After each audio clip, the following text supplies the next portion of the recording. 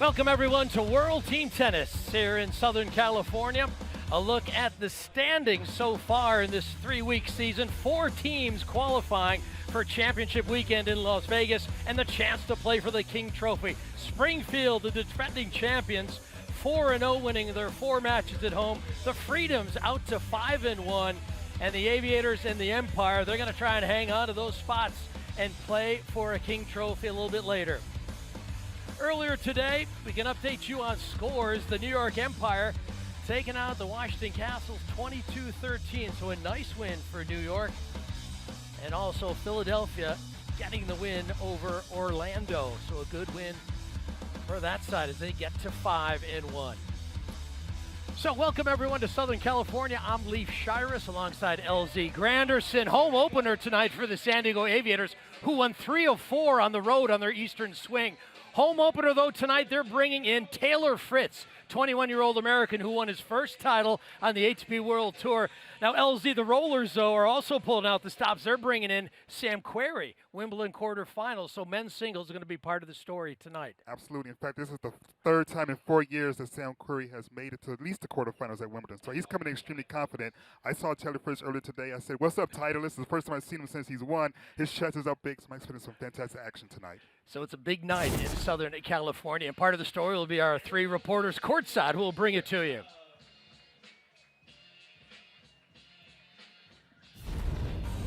World Team Tennis on CBS Sports Network is sponsored by Wilson.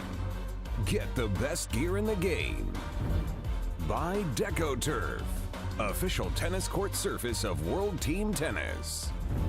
And by Body Armor, the more natural and better hydration sports drink.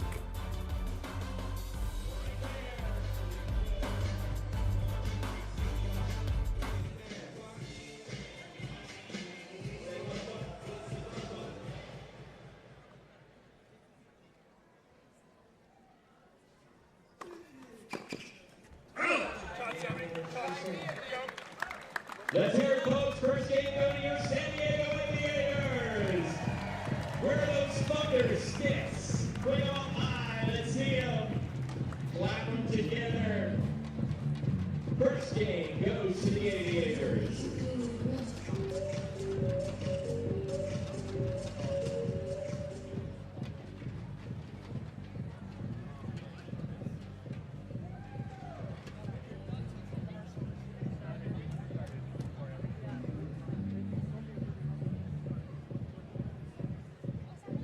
Folks, we're taking a TV timeout right now. We'll be right back to the match in just a second.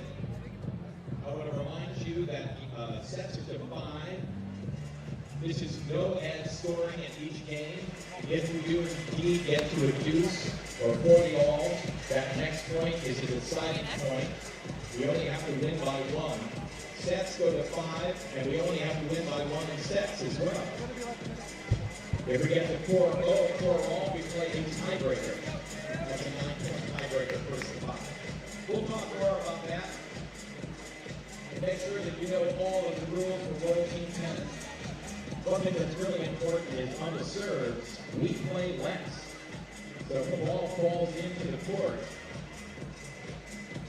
that is hot, and it doubles on the receiving end, and either team member can return that serve, which gets to be really exciting.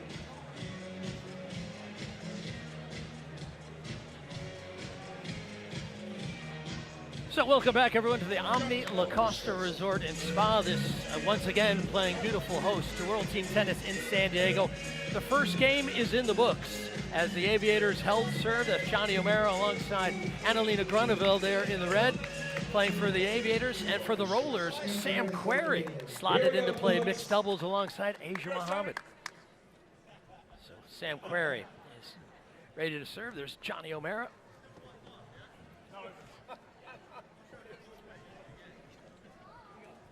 Out of Scotland.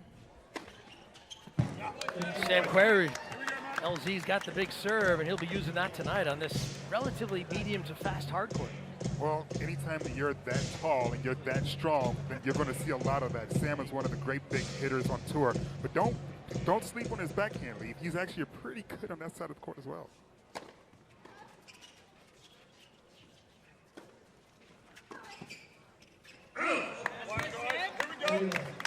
Querrey gets the second point, and here's a look at the order of play time. Remember, set by Aviators captain John Lloyd. Mixed doubles, women's doubles, men's doubles, women's singles, men's singles. So again, a little something for everyone tonight. Lets are in play.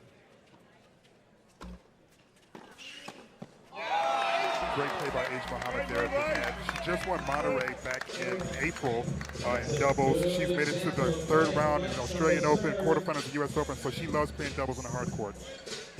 Yeah, an excellent athlete around the court, a nice shot maker. And as you can see, she stands up to the pace well at the net. No, she's not going to be intimidated by the speed.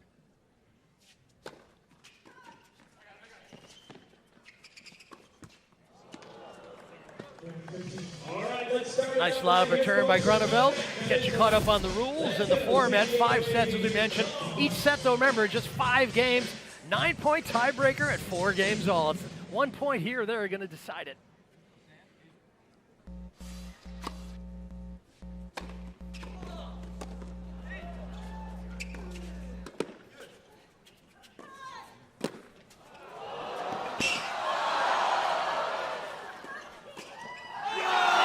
Brilliant tennis out of the blocks. Absolutely fantastic play. The best part of it, Lee, is that you can hear the crowd appreciate the athleticism that's before them.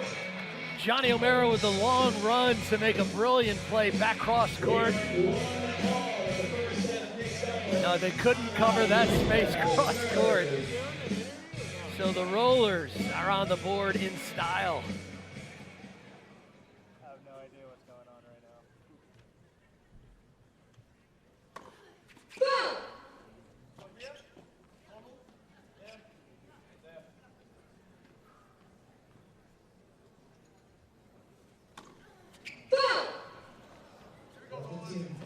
Let's hear it, folks. Put your hands together. Gruneveld's a veteran of the WTA. She's a veteran of World Team Tennis. Her 7th season. But even she'll feel a little nerves at the top.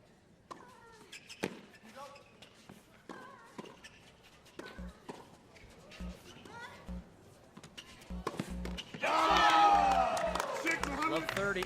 She left it short there for sound. Real easy put away shot from him down the line.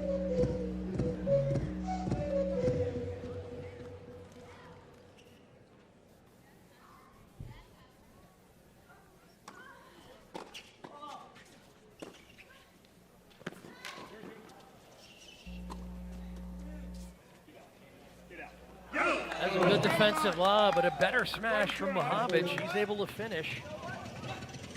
We need to hear it right now, ladies. So break points coming up for the Rollers at love 40. I tell you, Lee, nothing makes me more nervous as a crack tennis player than the idea of being down on my serve, and on top of that, there are no ad points. Oh, beautiful play at that. Julio, with an awesome ride.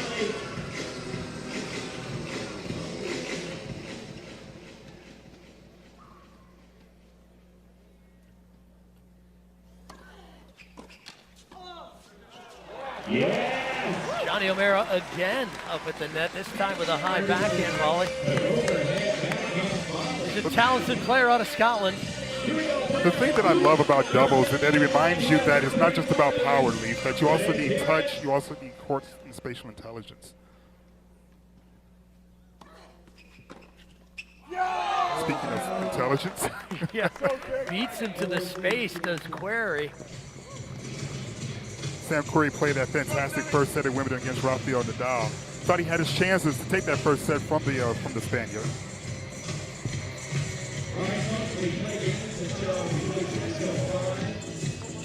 Every point is important. It's cumulative throughout the match. If you look up at the board, you've got the Rollers. So the Rollers get the first break of serve of the evening. Jonny O'Mara to the seed.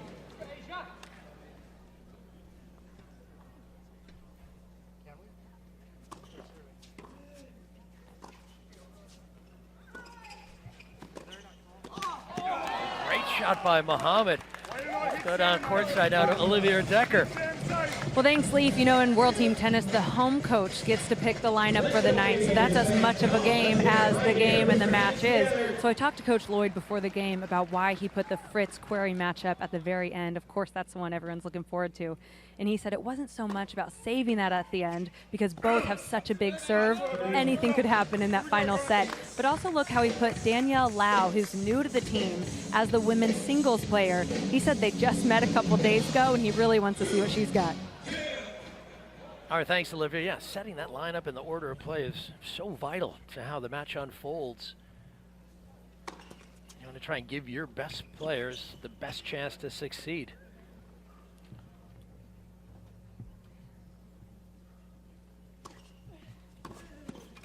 Oh, yes. Leaf, you and I were talking earlier, and I was just curious as to how much the entertainment factor played into decision making, because these people do know who these players are. They do want to see the big matchup, and I wondered if part of it was actually holding back the big match at the very end to make sure no one left early. Yeah, exactly. Maybe they have saved their best for last. Maybe it'll pay off for one of these squads.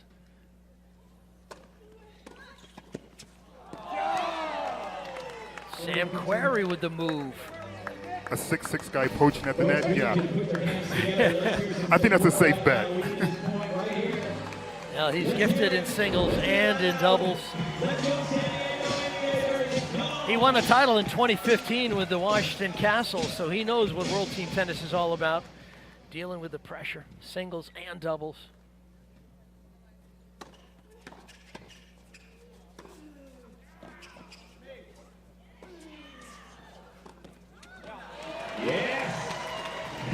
I believe Sam is celebrating his 1-year anniversary.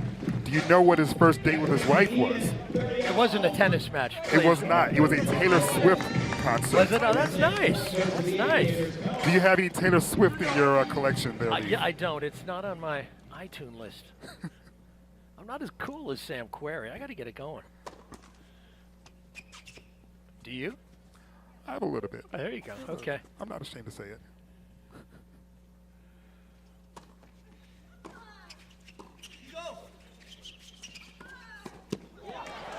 Nice play by Grunewald to keep the ball down low with Querrey lurking at the net. Nice to see some young fans in the house. One of the cool things about being able to be this intimate is that you can hear the players say, I got it, and yours, and things of that nature. Sometimes when you're on tour, either you can't hear those things because the players are so far from you as a fan, or because they played together for so long that you have this natural chemistry and never need to talk. It's nice to hear them say those things like that. Yeah, you can learn from what you hear out here. Now, this is a Geico timeout. A quick visit by Tim Blenkiron of the Rollers. There's Tim in his first season, obviously, as coach. He's out of Adelaide, Australia.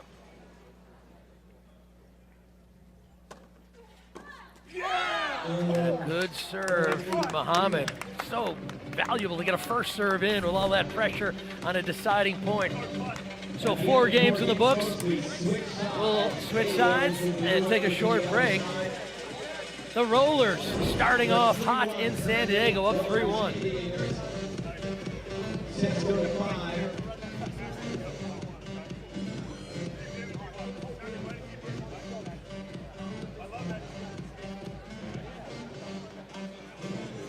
All right, when your aviators come out this time, folks, I want to hear those thunderclaps. We want to hear those support.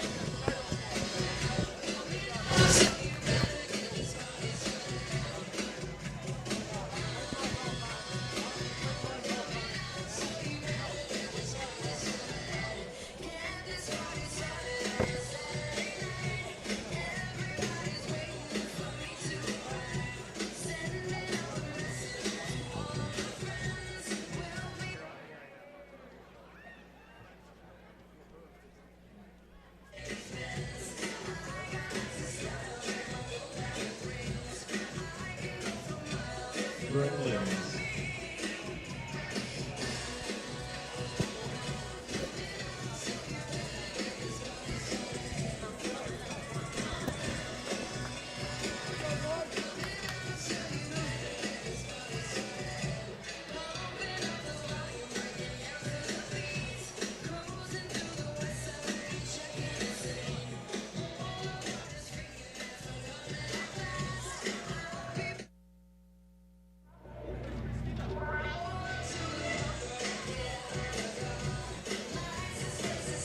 All right, look at our wonderful team on site here in San Diego. Sean T is going to get us caught up on all the fitness things going on. Olivia Decker, we've heard from her with her interviews.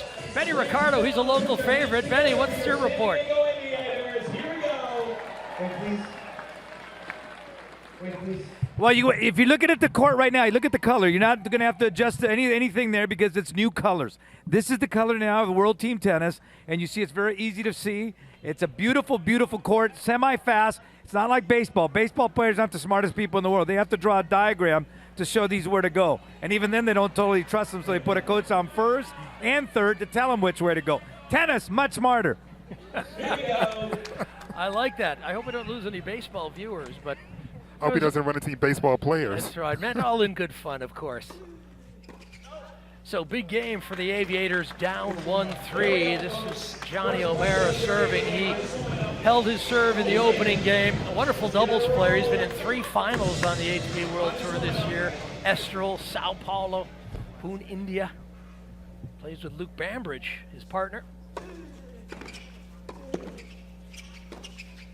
Too good. And Luke plays with the Orange County Breakers this year. So interesting enough, they've broken up as a team on the ATP Tour, but they're going to be playing each other tomorrow night. Well, that means they know each other, right? That's right. They know each other's secrets, each other's tendencies. Sam Querrey possessing one of the biggest forehands in the business.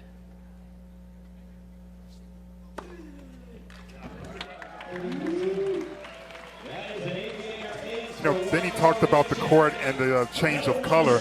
I was speaking with Coco Vandeweghe recently and informed her that they were changing the color. She didn't like the idea they were changing the color. She kind of liked it the old way and felt that, that made World Team Tennis a little bit more special because they have different color courts.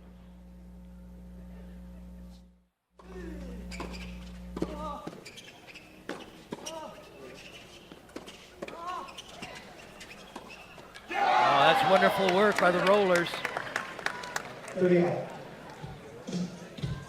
Amazing action to that there, folks. And I think we'll talk with Sean T a little bit later about relaxation and preparation, things like that, the pressure these players face. The Rollers seem to be dealing with this first set so well, looking very loose, very relaxed.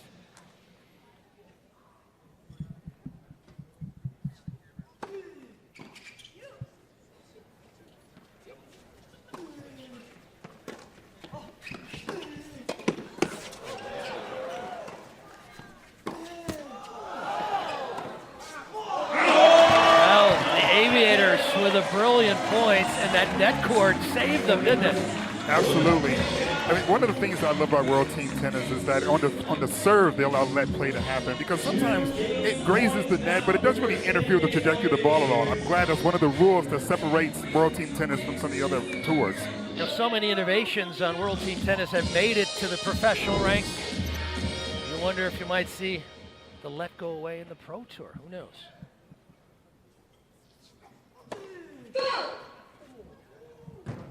This Hawkeye technology, this Hawkeye Live technology, we'll talk about that later. That was used at the Next Gen Finals in the ATP World Tour. Oh man, Sam is in the zone. I just have one question, my friend. Who are we going to yell at if they replace us all with technology? Isn't that part of the thrill, yelling at the linesman? Yeah, I know. We're going to want to hear from you folks. Well, here's another Geico timeout, and Tim Blankiron having a word with his team, but I wouldn't say much to them. Just keep doing what you're doing. You're doing great.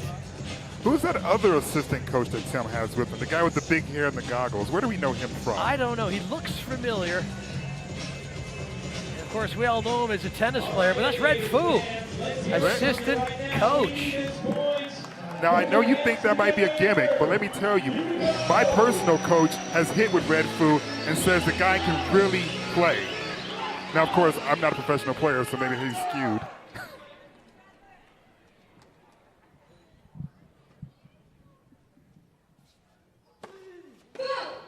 Remember, a deciding point here. The Rollers won the last deciding point. This would be for a 4-1 lead if they get it. Oh, good second serve. And the Aviators take the game.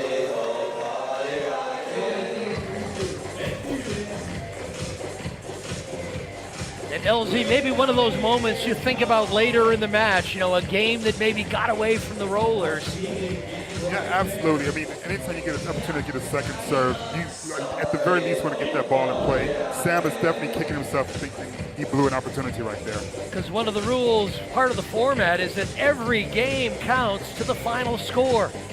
So that was an important game for the Aviators to keep it close. Yes, it's just the opening set. But critical moments always.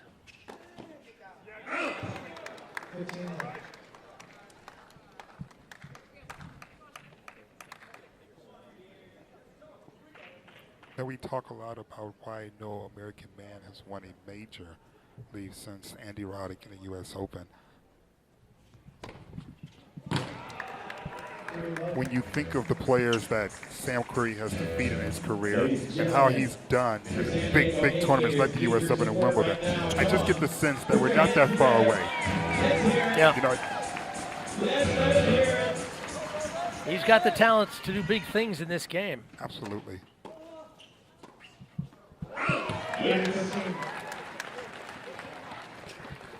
And we've seen that at Wimbledon. Semifinals, twice a quarterfinalist. He beat Andy Murray when Murray was a world #1 at the All England Club. He beat Novak Djokovic when he was a world #1 there. So his ceiling is pretty high, this man. Very talented indeed. And you can see why.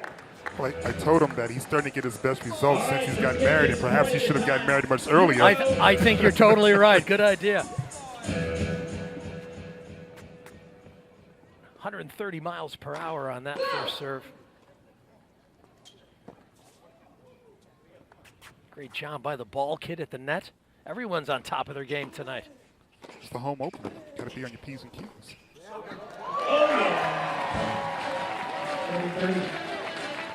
And you have to appreciate being a part of a team when you see high energy play from a guy like O'Mara. You know, that's going to set the tone for the evening and the effort everyone wants to put in.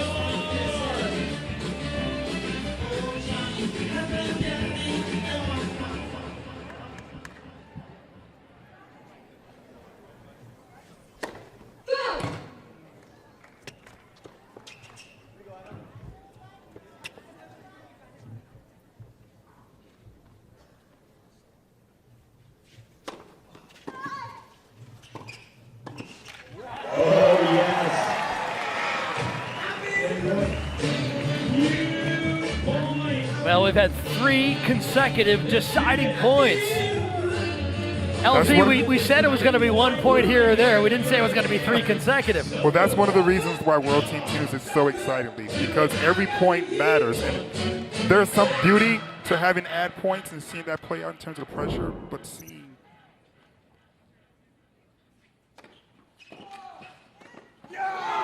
Excellent serve. But seeing how a player like Sam handled those moments. World Team Tennis, Wimbledon, Hopkins Cup, it doesn't matter. The pressure is still the same. Can I maintain the mentality necessary to get my serve in the place where I want to make sure my partner is in a good position? Beautiful outside serve. Difficult to defend that serve out wide. Yep.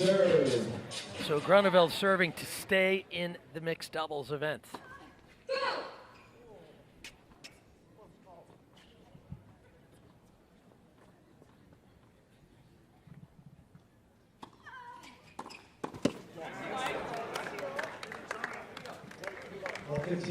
Asia Muhammad, who's from Las Vegas, she's playing for her home team.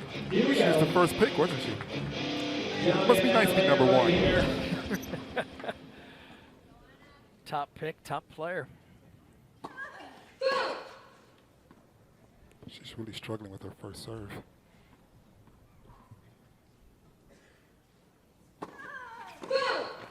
Oh boy, you hate to see that. Maybe, just maybe feeling the pressure of serving into Sam Querrey with the big returns. And she didn't miss it by much. You can see the close call just over the sideline, or excuse me, over the service line, on the line sideline. Love 30. There it is.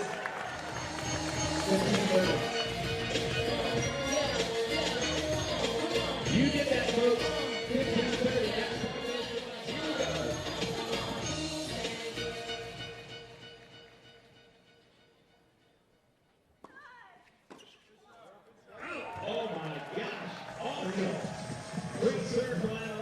Yeah, that pretty much tells you how valuable the first serve is. It was only 97 miles an hour, but it was right in the corner. Good location.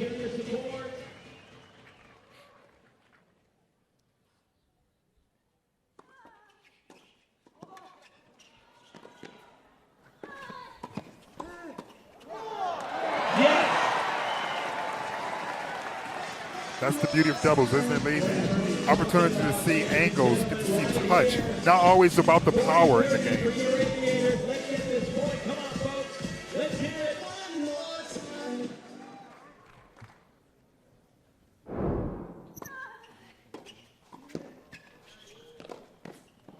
Oh, beautiful cross-court right by Sam. Wasn't that amazing? From a ball down low and his shoe tops. Watch him snap this cross court. Look how quickly he gets to the ball. So another deciding point, fourth in a row, set point for the Rollers.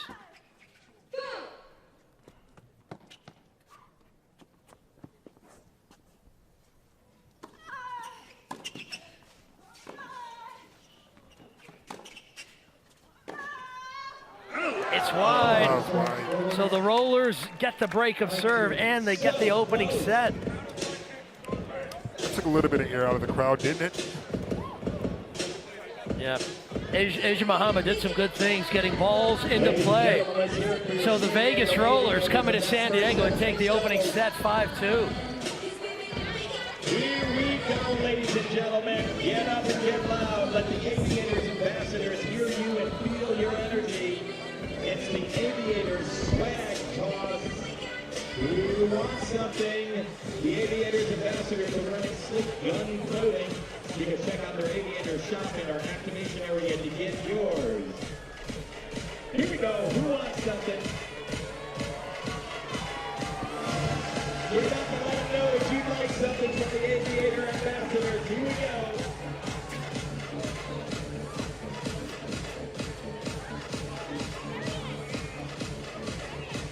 Ladies and gentlemen, we have a very, very special guest this evening that we'd like to introduce to you. We're honored to have with us tonight one of the greatest players of all time. You know, there aren't very many people who have arenas named after them, but we've got one here with us tonight. He is a two-time Grand Slam winner, and not only that, he's the only player in tennis history to have 2 calendar Grand Slams. And by the way, that arena happens to be in Australia, and it's called the Rod Laver Arena. Put your hands together for Rocket Rod Laver! Ladies and gentlemen, there he is.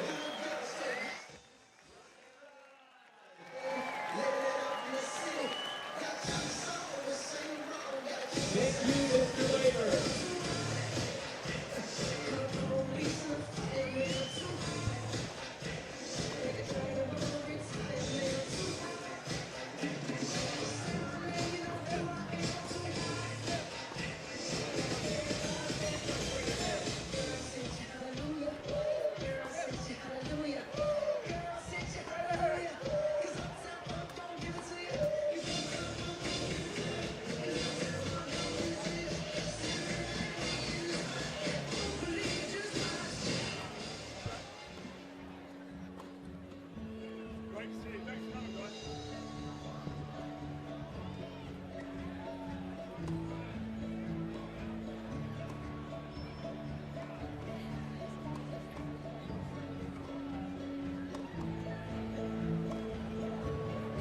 Well, the Vegas Rollers have come out relaxed and on fire, taking the opening set 5-2. A chance now to go courtside to Shaun T, our fitness expert. He's with us again here in San Diego, and he's all about transforming your life. Shaun. The fitness is so high out here. I mean, they have warmed up. They were pushing really hard. I had the opportunity to see them warm up, and then I had the opportunity to be in the players' lounge where they were eating, they were getting ready. The positivity out here is so amazing, and they are moving. And for people at home, the best way to stay fit and motivated is to eat healthy and prepare yourself for your match, especially in your workouts. You will move, you will groove, and you will feel great. And Sean, you watched how the rollers came out, and there was a lot of, smiles and a lot of positive energy on court. That has to help, right? Absolutely. The positive energy on court is amazing. Both of these teams out here, they are really, clapping each other's hands. They are moving their feet. Even if they lose a point, they're still in the game, and that's a good thing. And also what people don't see is that they're actually lifting each other up just by the positive energy. So people out there, if you want to push and you want to stay in the zone, just stay positive in your mind.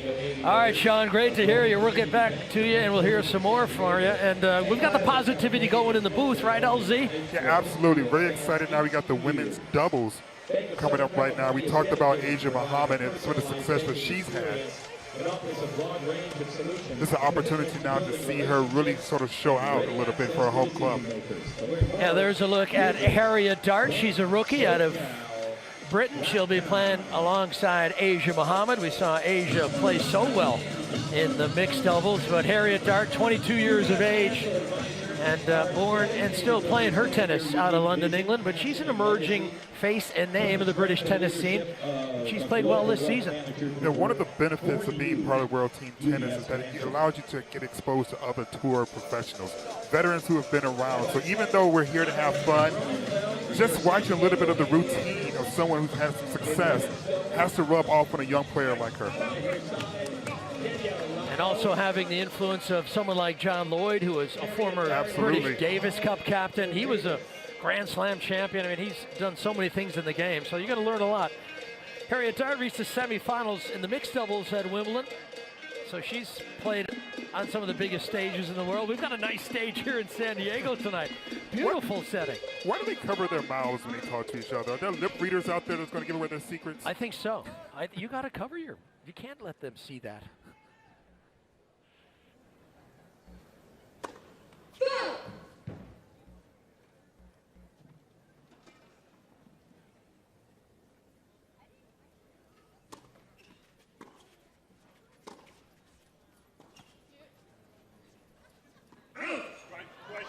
Our first look at Danielle Lau. She's alongside Annalena Grunewald for the Aviators. Here's Danielle.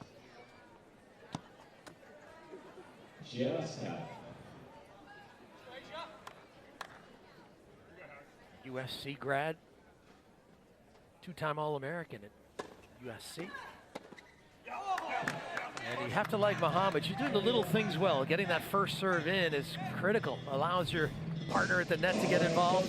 Absolutely. She comes from a lot of athleticism in her family. Her older brother, Shabazz Muhammad, was drafted by the Utah Jazz back in 2013. Yeah, super talented family. I would love to have seen Shabazz play tennis instead of basketball. He'd be raising trophies. And we have a couple of guys on tour who are basically basketball players, like a Riley O'Pecker and Sam.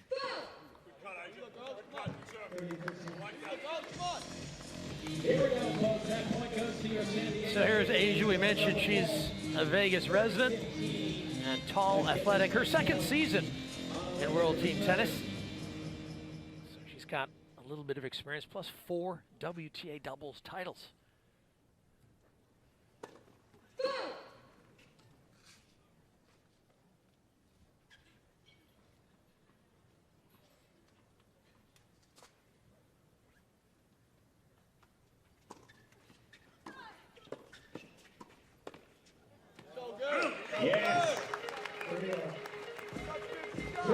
And you can see how in this scoring format, when you have no ad, a double fault is huge. Grunewald wins the 1 point, and now it's 30 all. You know, that lead can disappear. You don't want to be giving away points in this abbreviated format. That's the reason why I said earlier tonight that nothing scared me more than serving with no ad.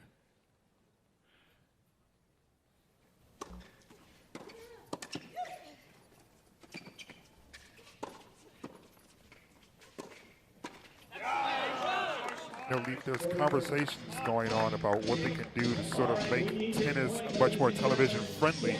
Perhaps the tour should consider something like a no ad in order to shorten the matches a little bit. And then also, I think the players would like the added pressure. Yeah. Well, that's why the players love this World Team Tennis format so much. They're playing under pressure, high energy. This crowd is on the edge of their seat for this one tonight. Can the Aviators make up the deficit?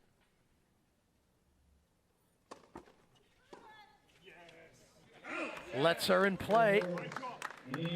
My favorite rule. Absolutely favorite rule.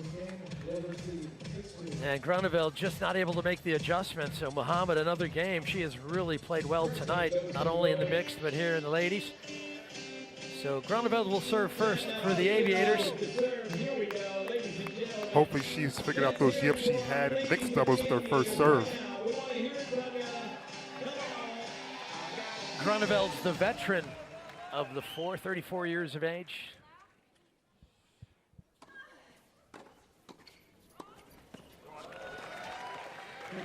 She's a fun player to watch on tour. Annalena Groeneveld was. She had a lot of fight in her. Even though she never really got to the top tier in terms of winning majors, she was always fun to watch and a very strong competitor.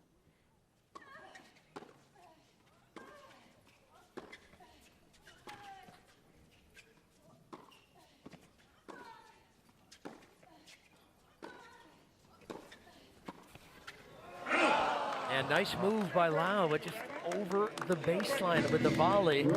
Pretty impressive backhands from Groeneveld and Dart. They were hitting darts.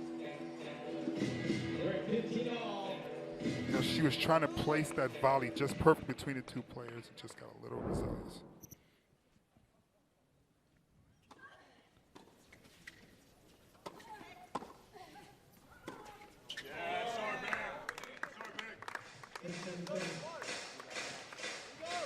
Clap your hands, ladies and gentlemen. Come on. Let's hear it for your Aviators.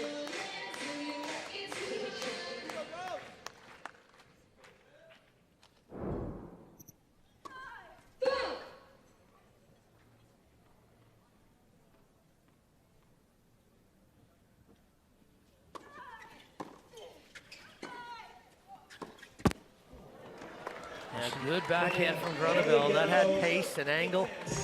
And it really skidded, didn't it? It did. She got really lucky. Once again, she was forced to go with the second serve. Not sure what's going on right now, why she can't get that first serve in. But we saw when she does, she's really effective. It makes the game so much easier for her.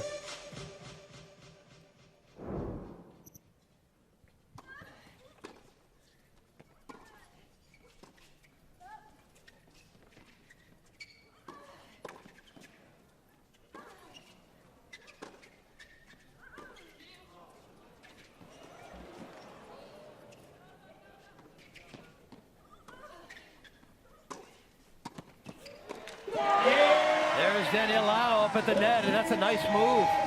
Absolutely. The defensive lobs, you know, a lot of people frown on them, but if you're out of position, that's the smarter play than trying to make something out of nothing. Reset, allow your partner to get her feet set, and allows your team to get back into the point.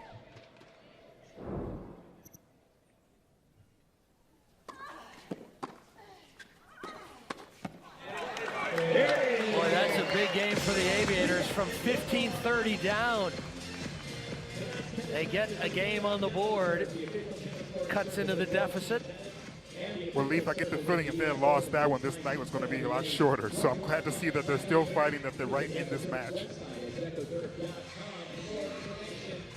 And we're settling into the early evening here in San Diego, and the heat of the sun has set. It's cooling off a little bit. Great conditions for tennis.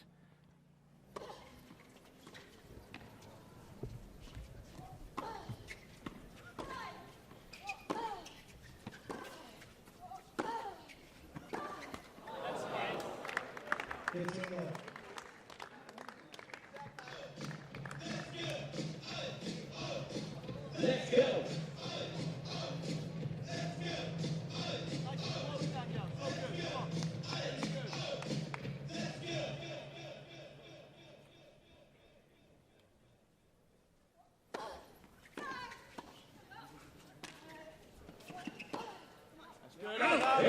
Good attacking tennis, as Dart didn't have an answer there. Well, anytime a player is approaching the net, it puts a lot of pressure on you to get the right, perfect passing shot. And that ball really didn't come up very much to give her an opportunity to get that passing shot.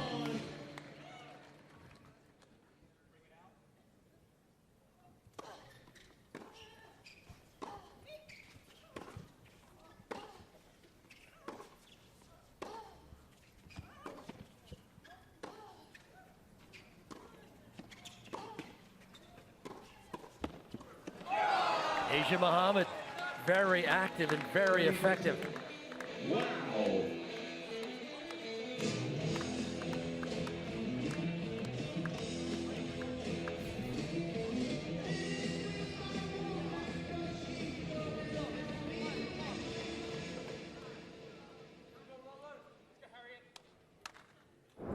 Dart at 30-15.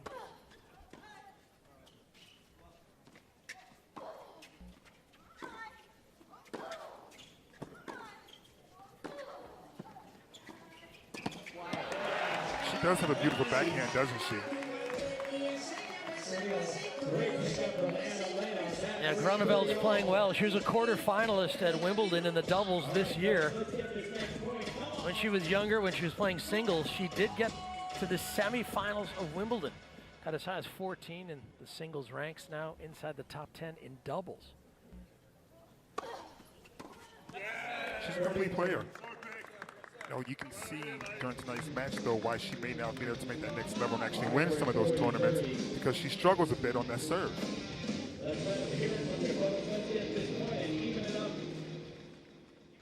So 40-30.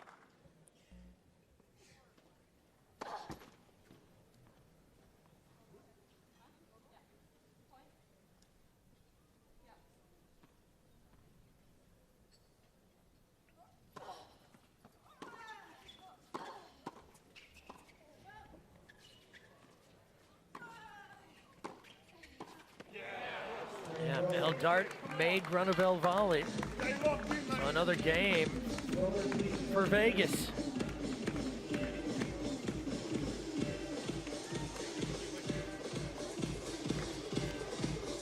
So 2-1. And Danielle Lau to serve now as we look at that missed volley. Yeah, she got trapped in no man's zone. Or I guess no woman's zone, the phrase would be for this match.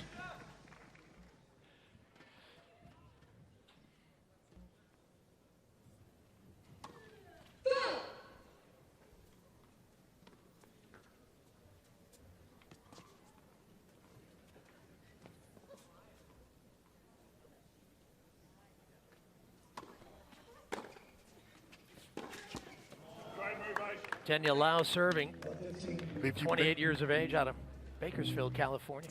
You mentioned how the chill has started to come across the court. I wonder how the players watching this match are doing to keep themselves warm so they're ready to play.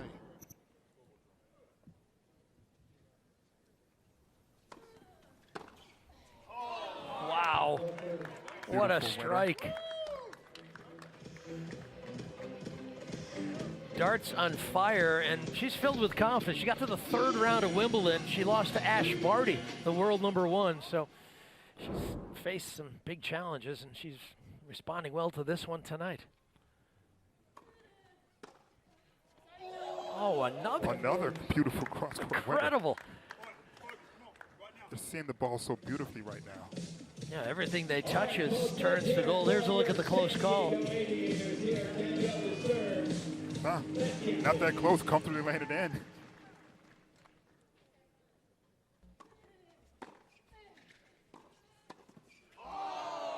Yeah, that is a straightforward game. The Aviators lose that game at love. So once again, the Rollers are rolling, this time in the ladies' doubles. They're up 3-1 with a break. And Asia Muhammad has been the best player on the court. We also have delicious food up there and drinks from Bread and Cheese. San Diego Taco is up there. Aina Catering and Organic Health. That is up there on the terrace lawn.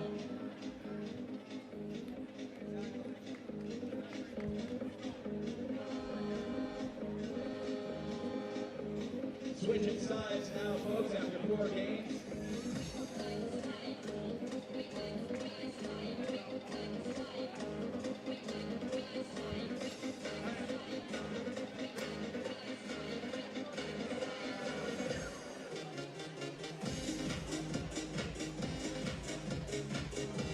We're working on the scoreboard, ladies and gentlemen. Current score is 4-1 in this set. Sorry, 3-1. 3-1.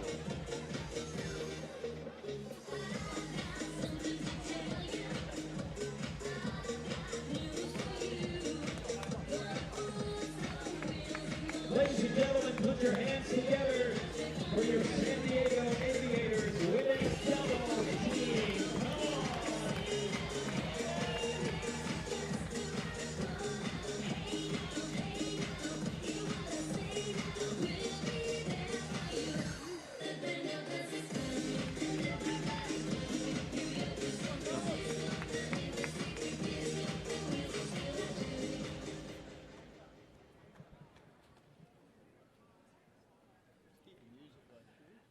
The Rollers up 8-3. Let's get on courtside now to Olivia Decker. Olivia? Thanks, Leaf. You know, 19 nations are represented on World Team Tennis rosters right now. Behind the U.S., the most representation comes from the UK with 7 players, and then Spain with 3. Now, 2 of those British players are playing tonight. Harriet Dart right now with Las Vegas, and then Jonny is going to play in men's doubles coming up next. Now, of course, the next natural step in making it more international is get some international franchises. CEO Carlos Silva told me that's exactly what they want to do. They're targeting some cities like London, Amsterdam, Madrid, Paris, so that should be in the near future. Back to you guys. All right, Olivia, thanks very much. Yeah, this is an international game, tennis, and World Team Tennis certainly reflects that. We talked a little bit earlier, Leaf, about why no other man has won a major since Andy Roddick. Well, you're seeing why. The world has gotten a lot better, and we're seeing some outstanding talent out here tonight. We see traditional tennis nations doing well, non-traditional nations also creating players. And here's a look at some of the countries represented. The U.S., obviously, 29 players, but Australia, Belarus, Belgium, Brazil, Bulgaria, Croatia. France is a traditional tennis power. Great Britain with 7. 15. Saw Puerto Rico represented with one of my favorite players on tour, Monica Puig, Olympic gold medalist, the first medalist, gold medalist representing the country of Puerto Rico playing.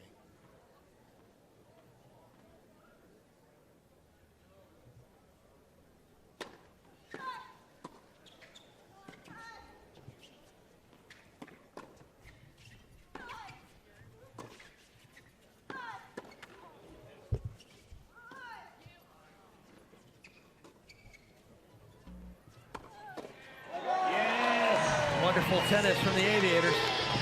It was a tricky overhead because the way that the clouds are now coming in, there's a little bit of shadowing. It's like that weird sort of dust period of time, so she did really well to handle that ball.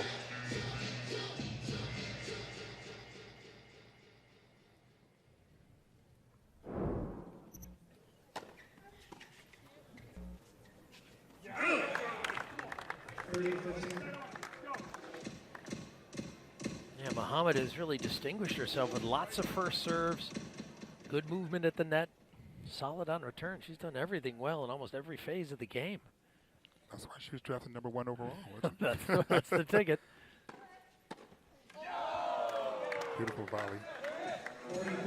Well placed. I'm sure Tim Blakeiron, the coach, and Red Fu, the assistant coach, are so happy to see their teams coming out of the blocks so well. They're on the road against the Aviators. They're trying to get their second win. There's Blakeiron.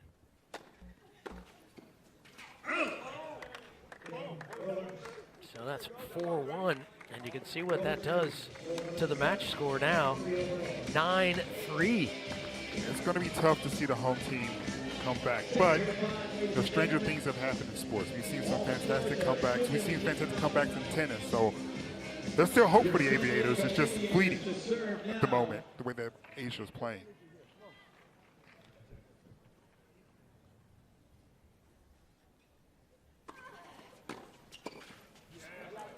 Yeah, she's got to stick that volley.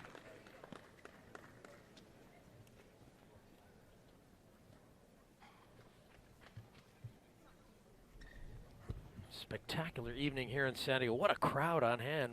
Full house. It's a beautiful Friday night. All right, let's go down courtside to Benny Ricardo. Benny. Yeah, Lee, you know, I'm thinking, I just found this bag here. You know, it wouldn't be Vegas without a celebrity coach. Redfield, come here, let's talk about your bag here. Look at this bag. This is his tape job right here. Notice he doesn't even go the full route. And why? How come you don't go all the way up? I got to show him my one-y. That's it. And you know, you got anything in that bag for me? I got some. Okay, here we go.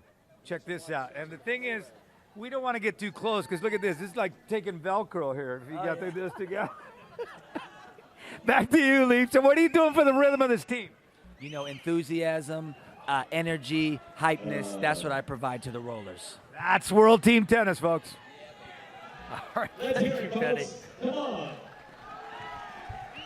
Annalena Groundeveld saying, that's a lot of hair going on courtside.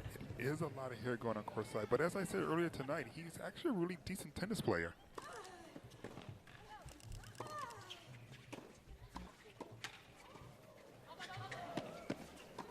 Oh, wonderful tennis. Boy, the Aviators could use a break back every game. Check that. I mean, they should hold on to Groundeveld's serve. That was 15-all, 30-15 now. Yeah, that's got to be a nice confident boost for her because she had really been struggling with her serve so far tonight.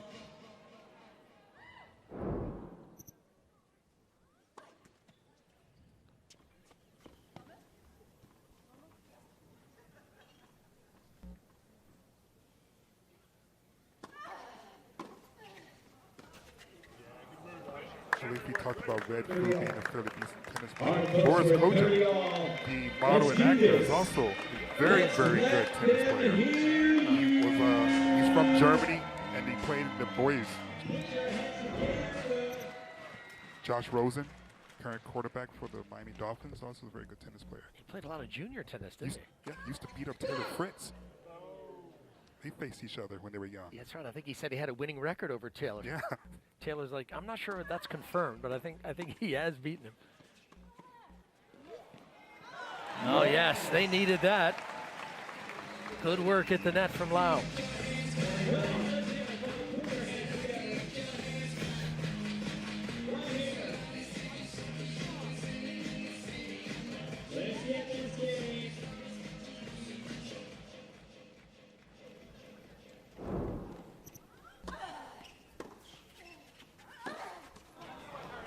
One of the rare times that her backhand let her down. She's been striking that ball very cleanly all night tonight. So a Geico timeout ahead of this deciding point. Remember, we've already had 4 deciding points, and the Rollers have won 3 of the 4. It's receiver's choice on who's to receive. So 2019 World Team Tennis season, the 44th season. And coast to coast, the teams involved this year, the New York Empires, Philadelphia, the Washington Castles, Orlando Storm, they're playing at the USTA National Tennis Center, Springfield in the heart of the country, Vegas, California represented.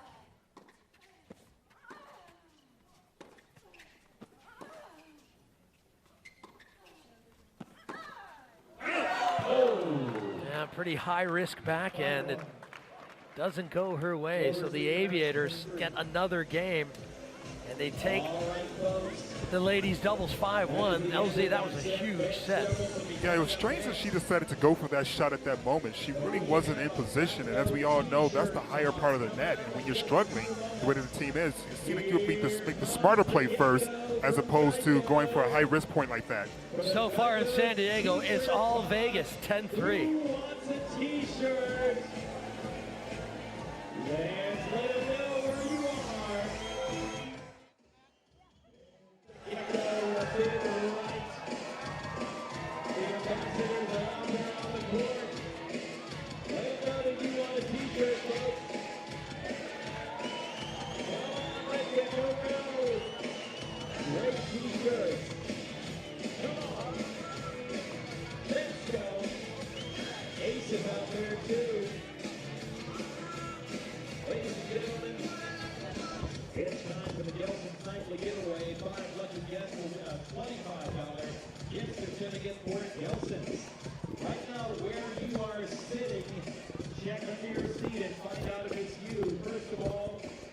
In section 101, seat B like David 5. There's a $25 gift certificate underneath your seat. Section 201, seat number C3. You've got a $25 gift certificate. In section 207, it's C4. Reach down and get yours. In section 104, be like boy 12. Get your $25 gift certificate from Johnson. And in section 102, underneath seat A10. There it is, the $25 Gelson gift certificate. Our crew is excited to partner with San Diego Aviators for the first time. Our crew is the world's premier manufacturer of tennis court services, equipment, accessories, and supplies. Leading the tennis industry by creating better places to play. Our goal is to provide the widest range of products we can for people to have the best tennis experience possible. All types of products that can be used on a tennis court, from the nets and the posts, the basic infrastructure, to the equipment amenities that make the game safer or just more comfortable for players. It all comes together down the court. Every court's a little different. We try to leverage our expertise to help each individual have the best score they possibly can. Now, visit our sponsor, Blink Golf, in our activation zone. Blink Golf is a sport that is easy to start and fun to master. You play on any golf course. Instead of hitting a golf ball with a club, you use a single. Beautiful evening in San Diego. Welcome back, everyone. Vegas 10-3 up. Time now to go courtside with Olivia Decker, who is with Fred Luddy. Olivia? That's right, and Fred is the owner of the Aviators and the whole league. So let's first talk big picture. I want to ask your opinion on the changes that were made this year with World Team Tennis and what you think has been the most effective. Well, I think the changes have been great. Court colors are different. The scoring's more aligned with what people expect, and the crowd is really loving it. So if they love it, I love it. I like that. There's so much pride associated with World Team Tennis. How do you describe what that's like? This is such a great event, right? And we got it for the kids. I mean, the reason that this league exists, is, as far as I'm concerned, is for the kids. We're building on Billie Jean's legacy, which is a great thing. And I think this is such a marvelous product with almost unlimited opportunity. What do you see for some of those opportunities in the near future? Well, like this year, we expanded 2 teams. Next year, we'll probably expand again. We want to fill the stadiums higher and higher. We want more people to watch. We want more people to know that there's more than 4 people in the world that play tennis. All right? Come and see these marvelous athletes, performing at their best up close without all the decorum of tennis.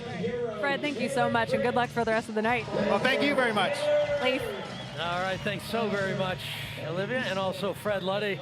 Of course, last time around this year's time, he was on the cover of Forbes magazine, one of the top 100 innovators in the world. Very successful, and we just love Fred Luddy because he's such a great fan of tennis. More than 4 players play tennis, huh? I hadn't heard that. Wonder who he's referring to.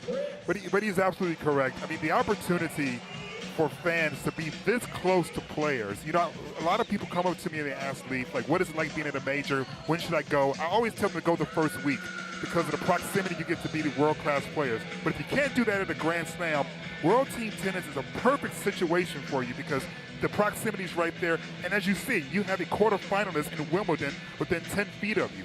Yeah, this is something very special. And you can see in San Diego, they've responded beautifully this year. Everyone's having fun, particularly the rollers. They've taken the opening 2 events. Taylor Fritz, he's on the court. Here's this 21-year-old American. Across the net is Sam Querrey. It's men's doubles. Querrey is alongside Matt Reid. Fritz alongside Jonny O'Mara.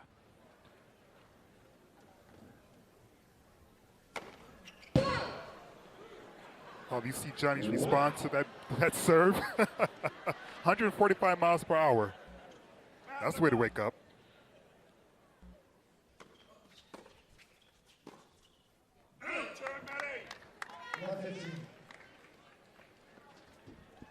Taylor's enjoying his highest ranking as a professional, number 30 now on the ATP Tour.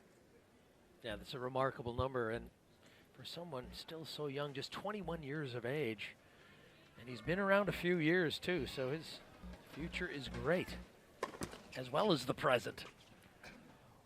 When we talked earlier, he talked about going from being someone who's a hitting partner to someone like a Rafael Nadal or a Roger Federer to actually facing them and managing his nerves in order to play them as an opponent and not be caught up as a fanboy. He said it was really tricky for him at first. And understandably so.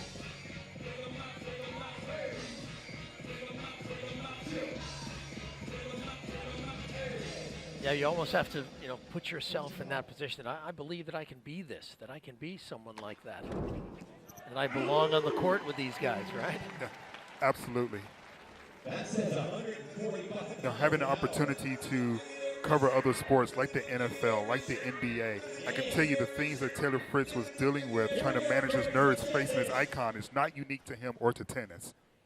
He played Roger Federer at the Australian Open. Didn't have a great day, but he said he learned a lot from it. And he said he'll be better next time. Very few players have great days against Roger Federer. Here we go, Matty. Yeah, ask Matteo Berrettini, the Italian at Wimbledon. So here's Taylor Fritz, the double fault, so 30 all in his opening service game. This is when you feel the nerves probably most acutely.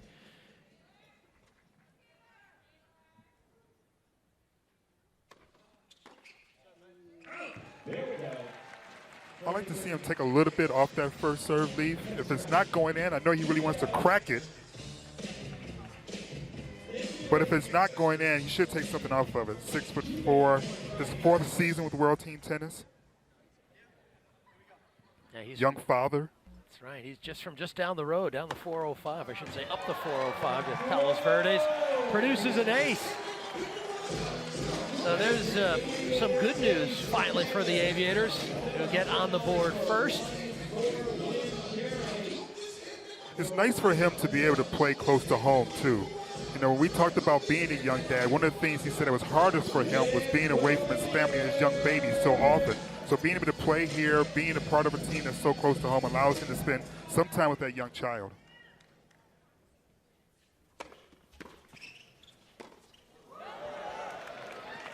Great return from Jonny Jonny O'Mara, one of the 7 British players, I should say UK players.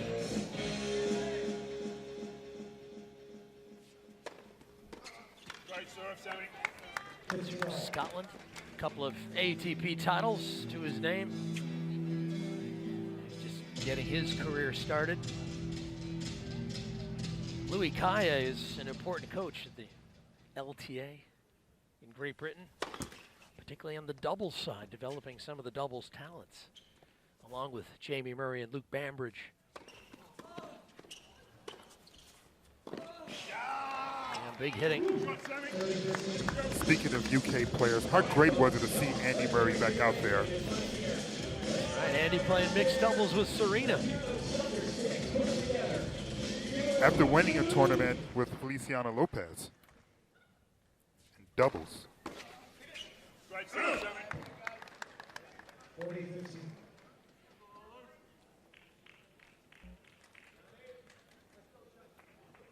So many young players vying to be in position to take over when and if the big three finally say goodbye. Yeah. Good on you, Sammy. I really get a lot of my One each in this third set.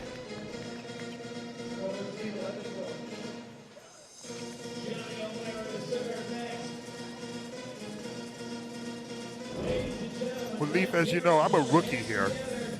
Can you tell me what exactly do you get when you get to sit courtside with linen tables and it looks like champagne glasses from a distance? It's a pretty nice set. I'll tell you what, you can enjoy yourself there.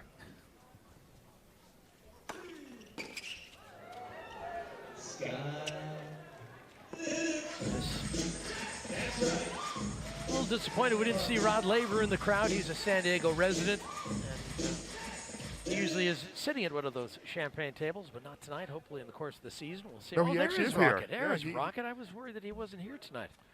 Oh, the crowd gave him a nice ovation, as they should. Beautiful.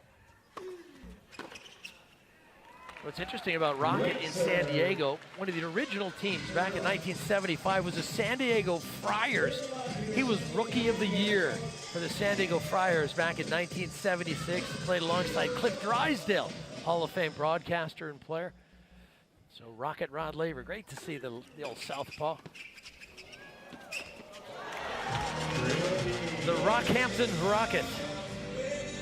Not one, but 2 Grand Slams in the calendar year. Yeah, I mean, you can still make the argument that he's the greatest of all time.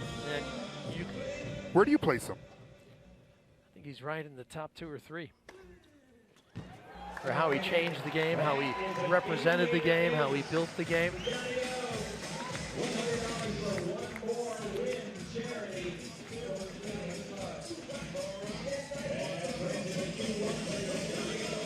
A great left-hander, Rod Laver. And it's funny how lefties used to dominate the game. On the women's side with Martina Navratilova, on the men's side with John McEnroe, Rod Laver, Guillermo Vilas. Of course, Rafa Nadal still doing it to some degree. Doing it extremely well, one would argue. Second all-time in majors. Yeah, and the records that Rocket Rod Laver has amassed over the years, you know, over 1,500 match wins, but a lot of the tournaments he played in were pre-open era, so a lot of those tournaments he played, you know, singles, doubles.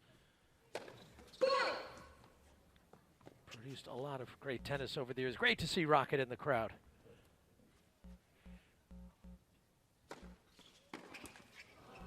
Went after that return. Yes, he did. Ran around that backhand and took a big crack at it. Here we go, ladies and gentlemen. Lay on over here behind him. Come on. Let's lay over here from you.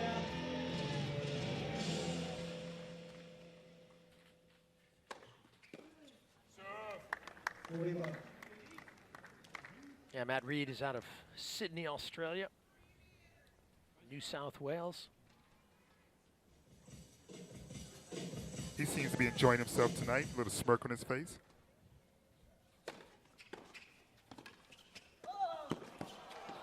Yeah, O'Mara couldn't quite do enough with that ball. So Querrey's able to find it and hit it to the open court. So, men's doubles is the 3rd event of the evening, and we are at 2 games all. San Diego Aviators battle the Orange County Breakers at 7 Eastern.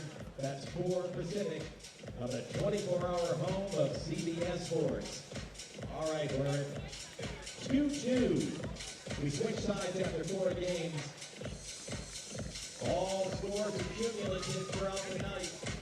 And World Team Tennis are never out of it, ladies and gentlemen. When you get to the final set, if the trailing team wins that set, we continue playing. So you're never out of it in World Team Tennis. Here at the Bank of Southern California Stadium, your safety is our priority. We encourage all fans who may see something to say something. Our staff is here to help, and thanks for your cooperation. We are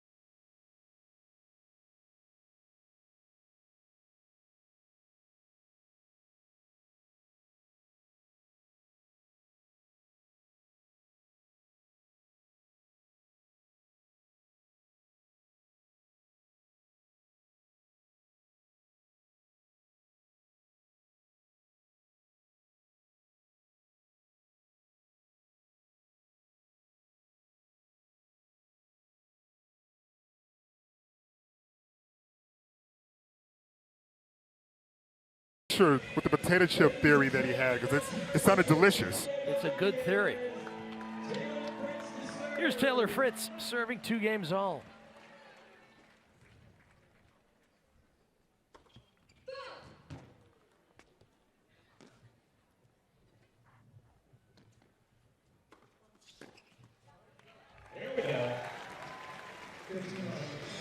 Leaf, I gotta wonder the way that he's really going after his first serves. If he's got Sam Querrey on his mind a little bit later tonight.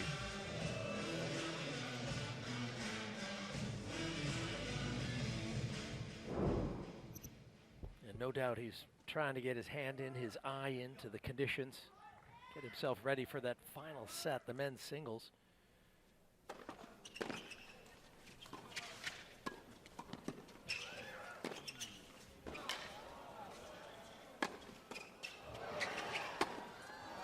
Reid finishing it off.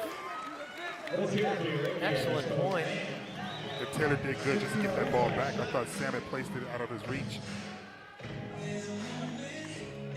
Yeah, that's something that Taylor Fritz has really worked on. He's improved it, is his movement. It's always going to be his challenge at that very elite level where the guys seem to be so fluid and so quick.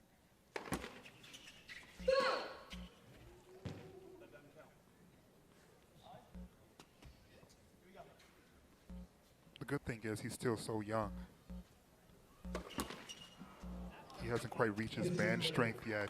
And as he gets older and gets more experience, he begins to understand the angles just a lot more. And he won't have to rely so much on athleticism as much as intelligence and know-all. Yeah, Mats Wilander was talking about Roger Federer, and he was saying he wins so much of his matches these days really by intelligence and experience. And that all comes with spending time getting information about your game, your opponents, how you can improve. You're looking to constantly improve. It's an aspect of not just tennis, but usually all sports, Leaf, where you overlook the impact that experience has because it's not a stat that you can quote.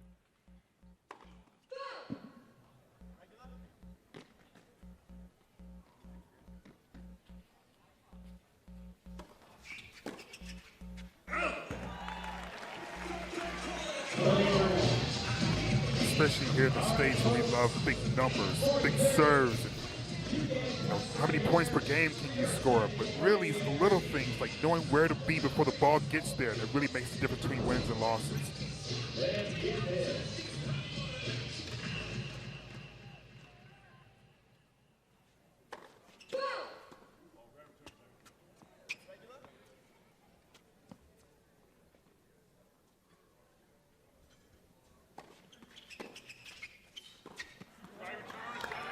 Excellent return, perfect length.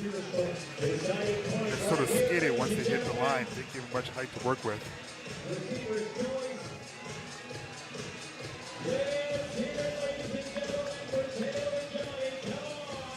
Now the Aviators need to be careful. Here's a look at that ball right on the baseline, and Taylor knew it. Remember, the Rollers have won 4 of 5 deciding points. Here's another. It's huge, huge, not just for his team, but just his confidence.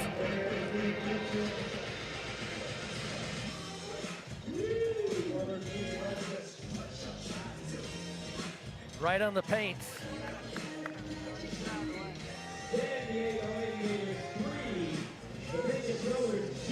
The Vegas Rollers played their matches at the Orleans Arena, Tropicana Avenue. Looking forward to being a part of some of those matches.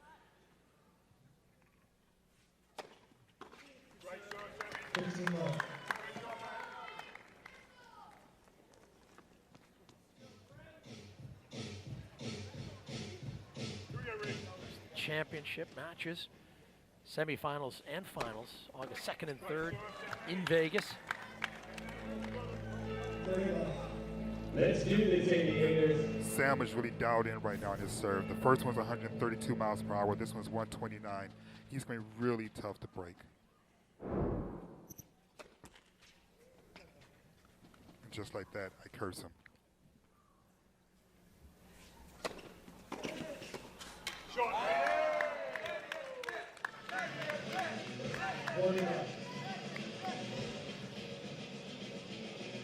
Yeah, he has been a pretty rough out tonight with his serve working as well as it has been, plus the backhand. He's had a couple great ones. And Matt Reid doing his usual good work up at the net. He's a very accomplished doubles player. Very friendly with Nick Kyrgios as well.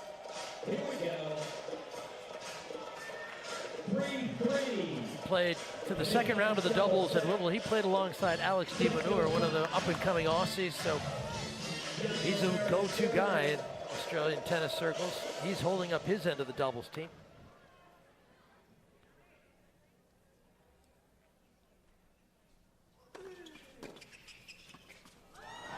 You mentioned Nick Kyrgios, and it's hard to mention his name without thinking about some of the controversy that surrounds him. I talked to him about him with Taylor as well as with Vali Opeko recently, and they both said he's good for the sport, that the edge actually makes the sport more interesting because there's a little wild card factor in there.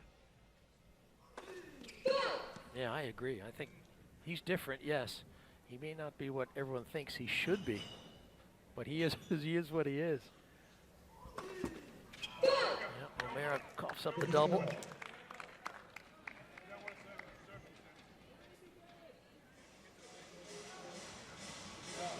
Ladies and gentlemen, let's hear it from you. What's so big right now with all of the World Team Tennis players is they get to hang out with each other. It's such a unique platform.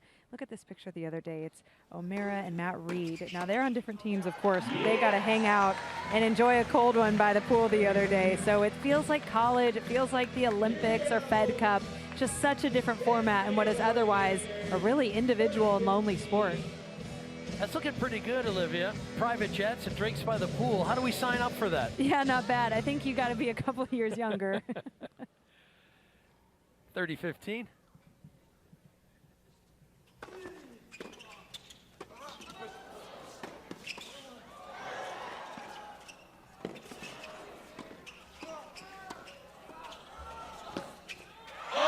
Oh, fantastic action at the net. I've said it once and I'll say it 1,000 times, Lee.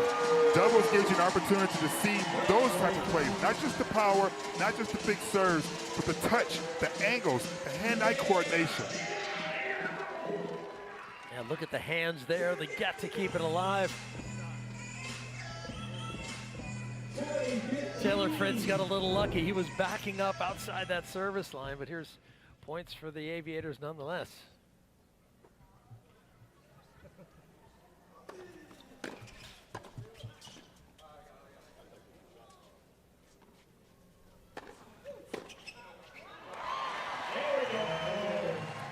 Did a good job with that overhead there. A little tricky, had a slight spin to it. Yeah, the Aviators could use a break of serve here just to cut into that 13-7 match score. Holding serve is good, yes. One more game and we'll have our first tie break of the evening. Don't mention tie breaks. My heart is still broken about Wimbledon. I mean, Roger Federer going 0 for 3 in tie breaks.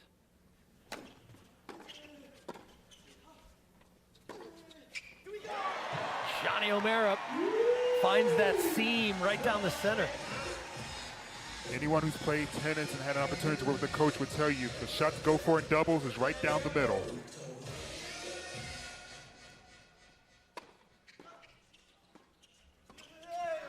There's love 30, an excellent return. And O'Mara backed it up with a winning volley. Leaf, we may have ourselves a match here.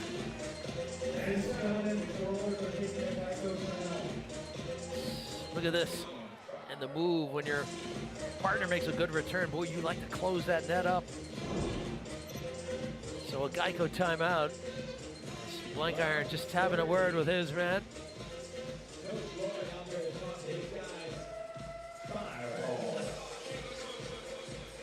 Well, while we have a moment, let's go down courtside to Benny Ricardo.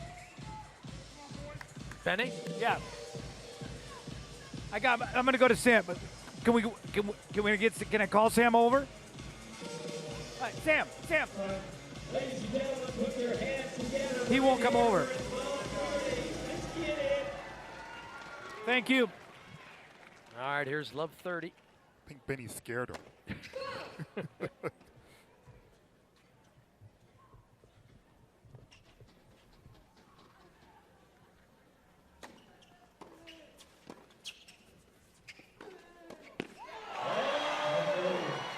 here are break points and set points. Here we go. Let's hear it, folks, for your San Diego Aviators.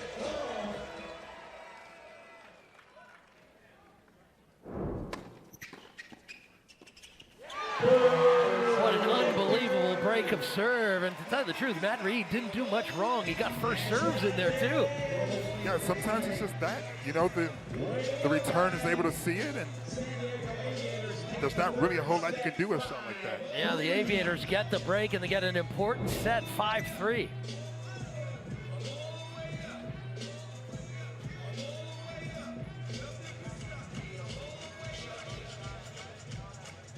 Women's singles is coming up next, ladies and gentlemen. But right now, get up and get loud and let the Aviators ambassadors hear and feel your energy. It's the Aviators swag toss. Here come the Aviators ambassadors.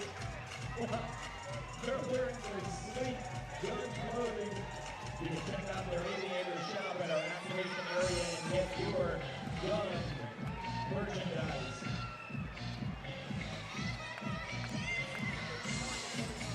Who wants it? Who wants the swag?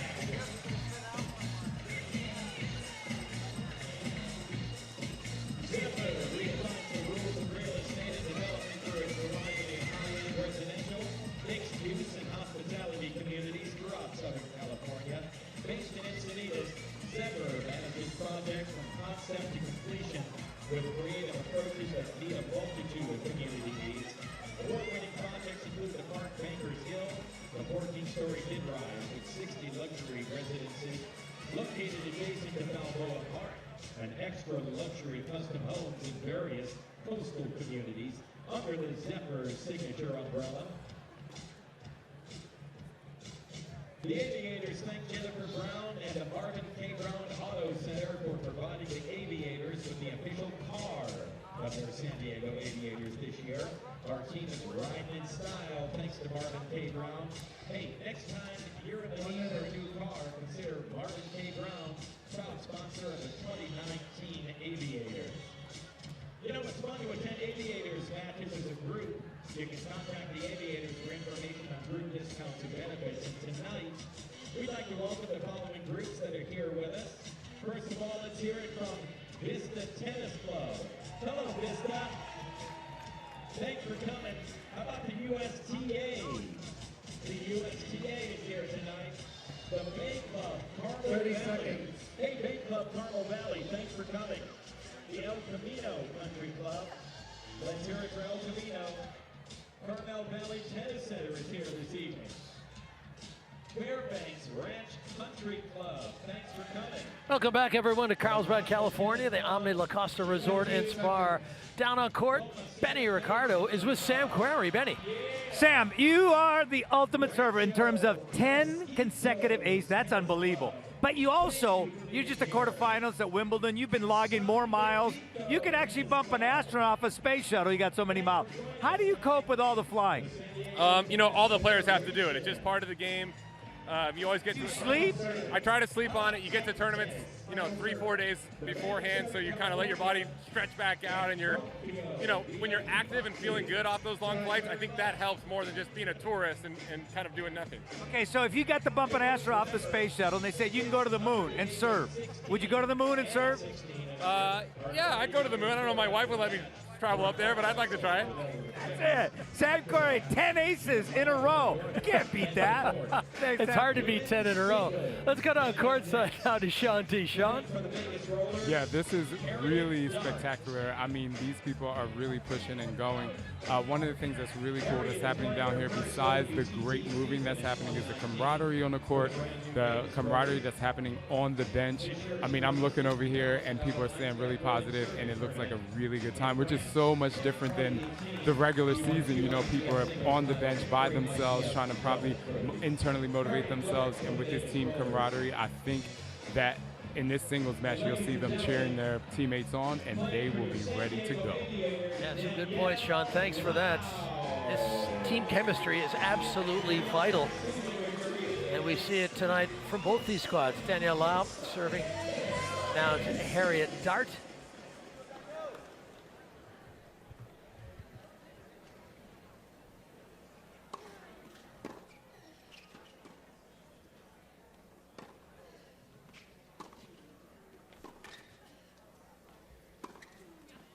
Yes, there it Now, a is. pair of rookies squaring off in the ladies singles.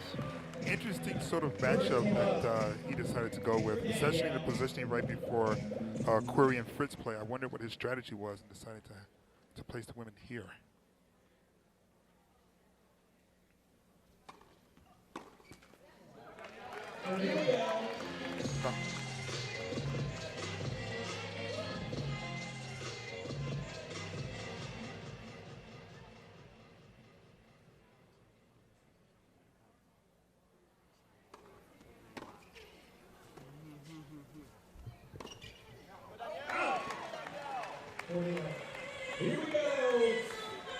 So just a quick look at the results tonight.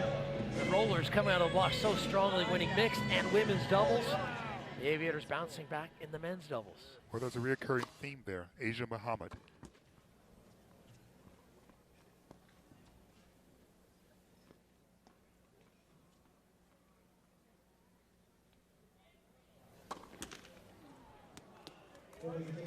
All right, folks, let's hear it for Danielle. Put your hands together. Let's show her right behind her. Here we go. We're at 40-15. Let's get it started.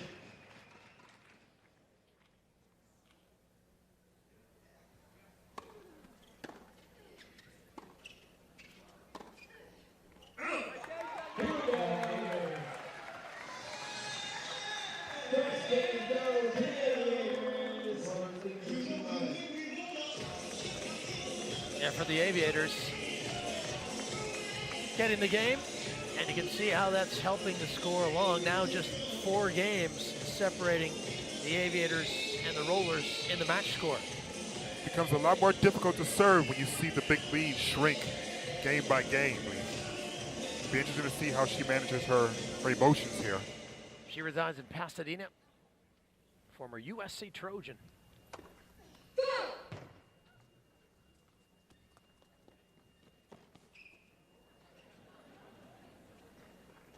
Ball boys almost ran into each other.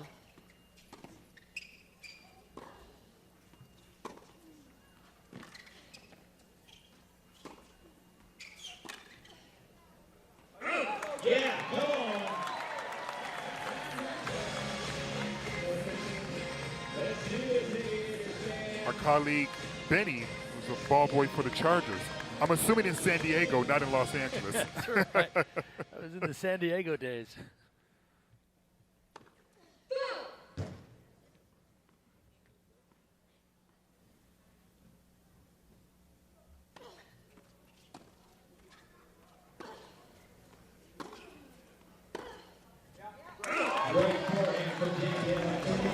Danielle's playing a really intelligent game. She's not overhitting. She's not going for any unnecessary shots. She's just being very consistent.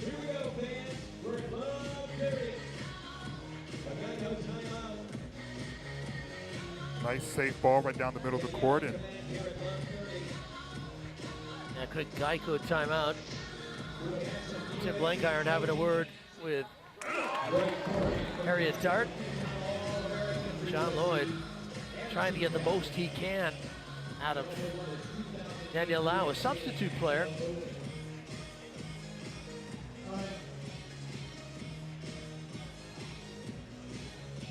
Just to remind you what unfolded a little earlier. New York beating DC 22-13. So they get to 2-3, and Philadelphia over Orlando. Philadelphia gets to 5-1. Remember, Springfield in the top spot at 4 wins, no losses. speaking of no losses, has Taylor Townsend decided to lose anytime soon? I don't think she has. Playing for the Freedoms this year is Taylor again. Well, that's a nice ball. And just a reminder of the standings. We mentioned that Springfield playing beautifully. They've won 4 matches at home. Philly's up 5-1. They've got a strong team again Aviators, you can see how vital this match is for them tonight. Vegas trying to get up to their second win.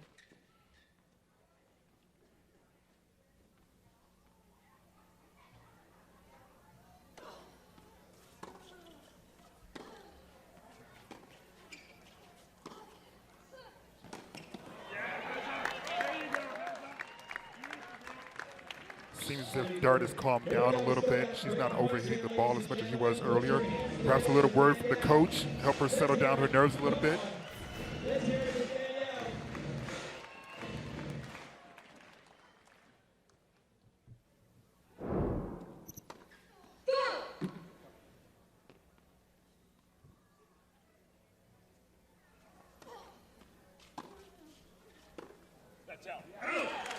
And the break for the Aviators. Great news for the home side, as they've been playing from behind the whole match, and they're trying to make up this deficit. They're cutting into it pretty well. Absolutely, just smart, consistent play from Danielle.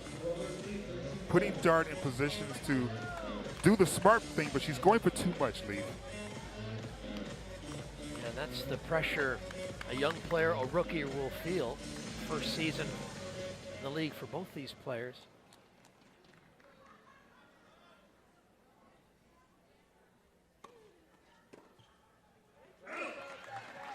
I mentioned that Harriet Dart got to the semifinals of the mixed doubles at Wimbledon with her partner Jay Clark. Pretty exciting moment for her to be making big moves like that. 22 years of age.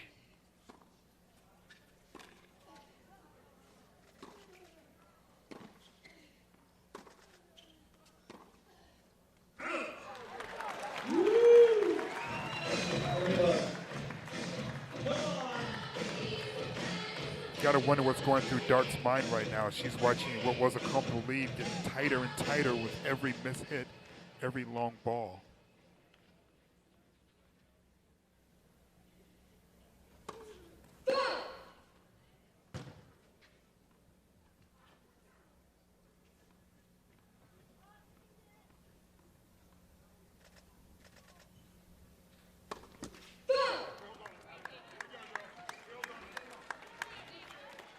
We've seen a lot of double faults here tonight, Leaf.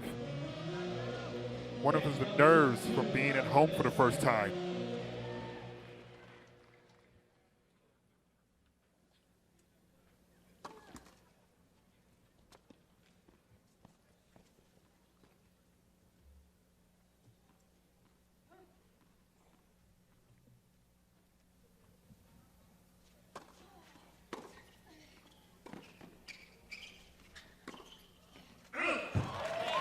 A lot of space down the line, but she didn't get the length right, so that's 40-15. Here we go.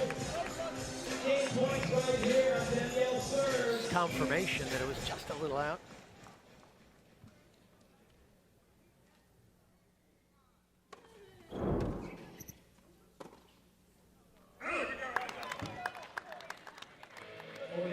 It's got to be incredibly frustrating to have such a shot, a routine shot, if you will, continue to go long for her. She's got to calm herself down, remind her of her technique, and trust her shots.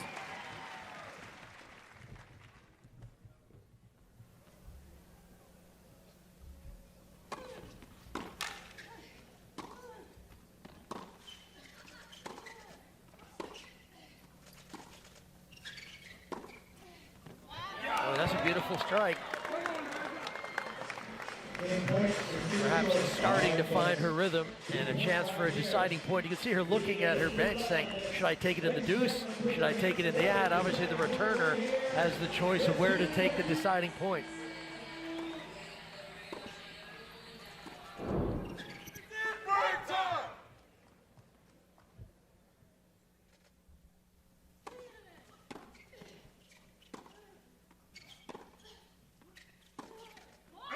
It's wide. So a 40-15 lead disappears. Harriet Dart and the Rollers on the board in the women's singles. That was the first unnecessarily high-risk shot I've seen Danielle take that entire time.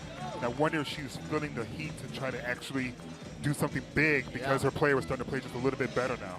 And that's what happens under pressure. It's the decisions you make, and that one cost her.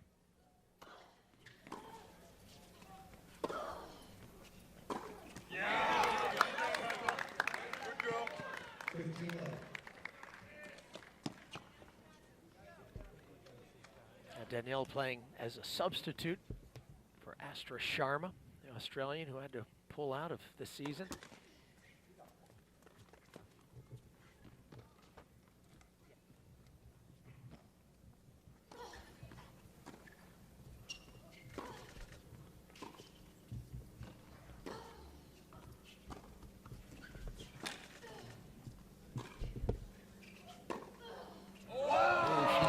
Two-hander up the line. Yes, she does. She was missing it earlier, but it seems as if she's found the range now.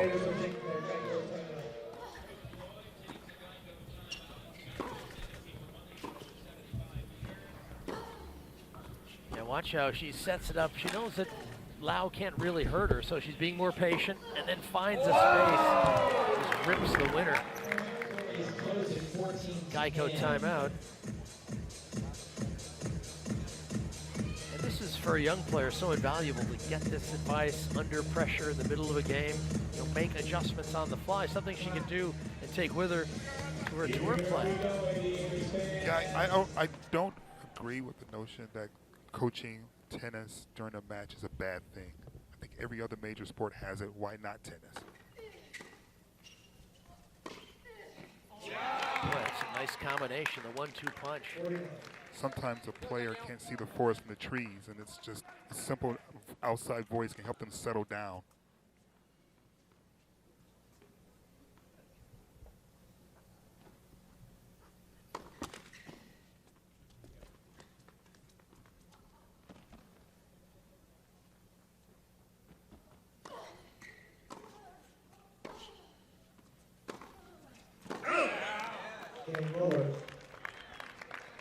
All right, so Harriet Dart takes a couple games in a row to get back on even terms.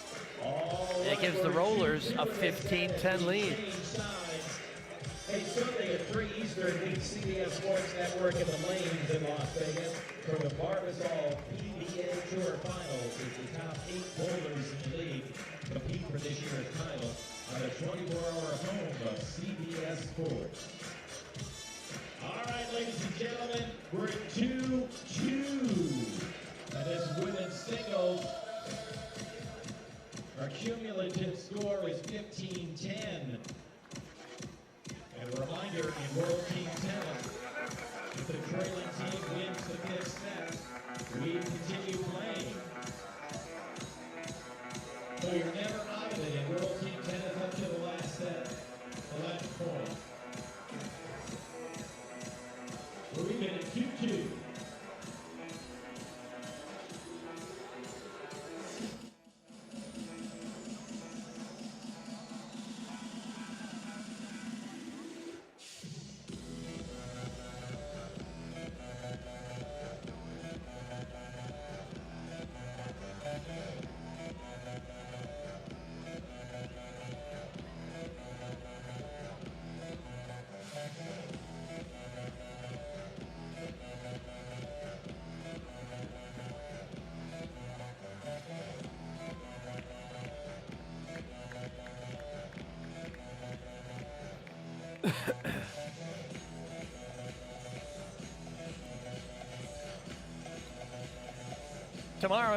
Tomorrow at 3 Eastern, meet CBS Sports Network at the Lanes in Las Vegas for the Barbasol PBA Tour Finals as the top 8 bowlers in the league compete for this year's title on the 24-hour home of CBS Sports. And coming up on CBS and CBS Sports Network is World Team Tennis. Tomorrow, San Diego at Orange County. And don't forget Sunday on CBS, Philadelphia visiting Vegas, 3 o'clock Eastern time. So an exciting season we're bringing to you on CBS. Looking forward to Philly in Vegas. It should be a good match. Yeah, absolutely. I mean, Vegas has been on the road this entire time. Be able to be home in that heat with the crowd rocking. It should be an exciting time.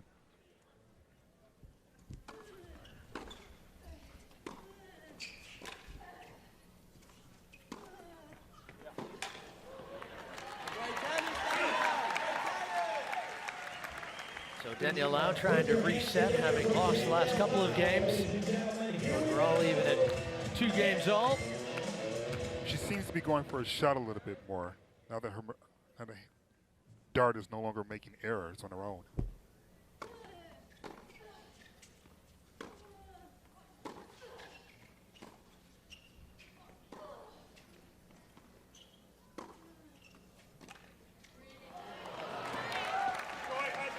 Smart play, the execution wasn't quite there, but her opponent was so far back in the baseline, you had to try that drop shot of there.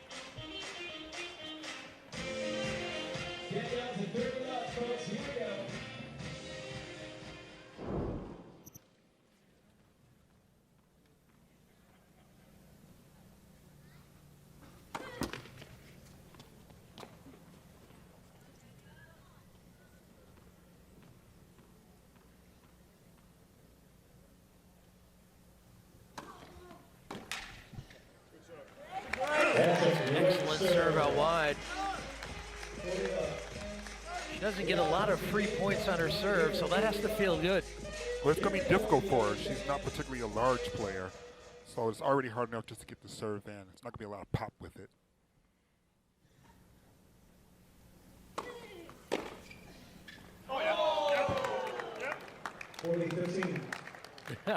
Wow, You could that tell clipped by the back line. You Yeah. could tell that crowd was feeling like it. Oh, they were a little deflated when that landed right on the line.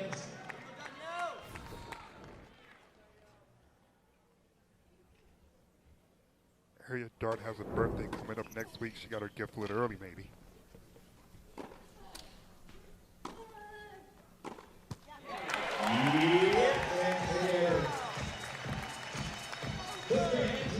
All right, Lau gets to 3-2. See John Lloyd there on the bench trying to support his team. Remember, he set the lineup tonight.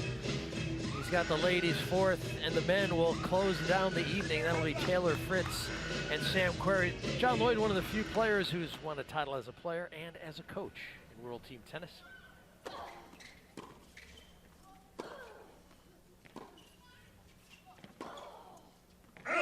John Lloyd and I both played for the LA Strings, and Jeannie Buss was our owner of the league at that time. A couple of years after we played, John and the LA Strings won the title, 1990. 1990.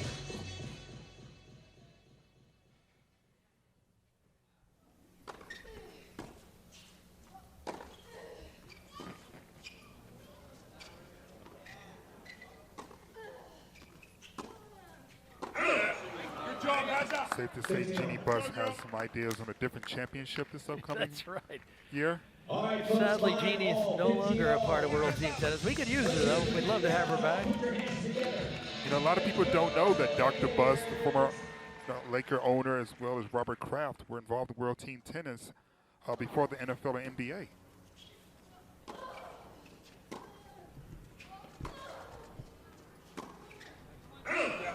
So what was Jeannie Buss like as a boss? She was great as an owner. She was truly wonderful. There's Robert Kraft, former owner of the Boston Lobsters. Perfect name. That's Ken Rosewall there on the left. Mike Estep wearing the Lobsters jacket on the right.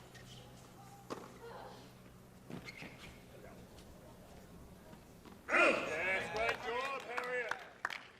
mean, certainly you got to wonder if a taste of being an owner of a World Team Tennis team sparked curiosity with Mr. Kraft and led him to go ahead and purchase the New England Patriots. And obviously we see the success that that franchise has had over the years.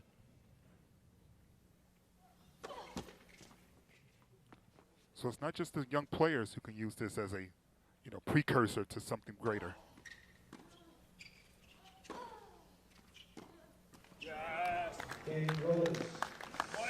Game for Harriet Dart and the Rollers to 3 games all. You don't think Fred Luddy has ambitions to own a National Football League team, do you? Well, there's a short list of teams I'm sure some fans would love to see him get a hold of, starting with the Raiders. So if he's interested, Leaf, I think there's some takers, at least from a fan's perspective. Yeah, well, with the San Diego Chargers going to LA, it's nice to have the San Diego Aviators in town to fill some of the open sports space. And a great team and a great franchise here and a wonderful place to play. Omni La Costa Resort and Spa. Spectacular setting. Good first serve, and it has a wonderful tennis tradition. There are two pictures in the men's lounge or locker room. One is of Rocket Rod Laver, who's in the crowd tonight, but also Pancho Seguro, who was a longtime instructor here.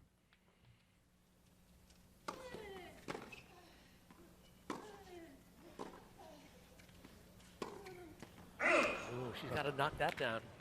Absolutely. If you're a fan of tennis and if you play at your local club, it's a fantastic place, in my opinion, for a vacation, because you can play right here during the day with the coach and then come shower and then watch the pros go at it. That's right.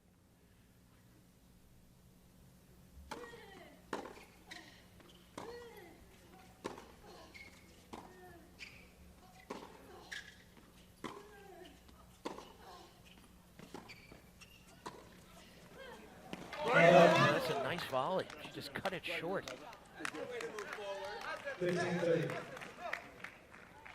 mentioned Harriet Dart getting to the third round at Wimbledon this year. That's a great achievement for her. And then had a chance to play Ash Barty, the world #1. Barty winning that convincingly. Still No a great shame effort. in losing to the #1 player in the world, though. Fresh off a French Open win.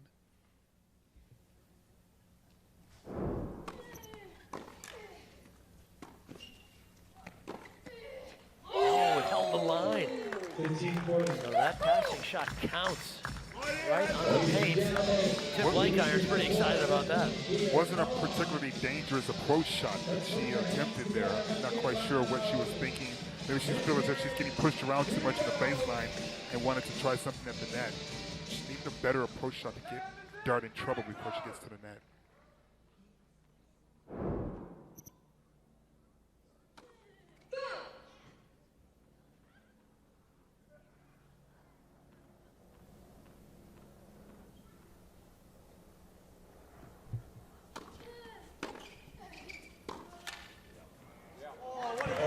Goes with a two-hander.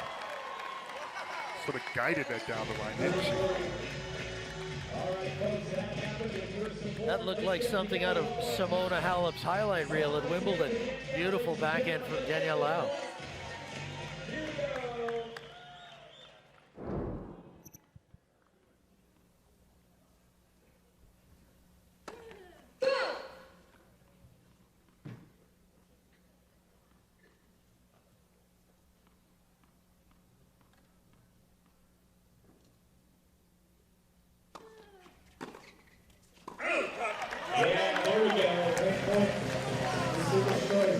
So deciding point. This is our 7th or 8th of the night. This is what makes World Team Tennis so much fun.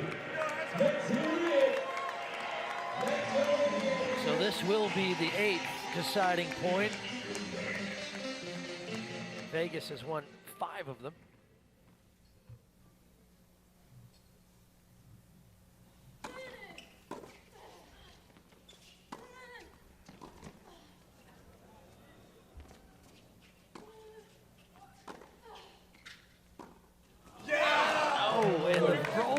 Get another deciding point. She didn't quite take enough tiny steps to get to that backhand. She just sort of reached for it, and she didn't have enough strength to get that ball over the net. You wonder if all that running around is starting to wear out a little bit. Yeah, it came down to that last backhand. And you're right, she was about a half step away, but a good defensive lob to stay in the point. Yep. Yeah, you can see just Reaching for it, yeah. So here's Dart and the Rollers serving for the set.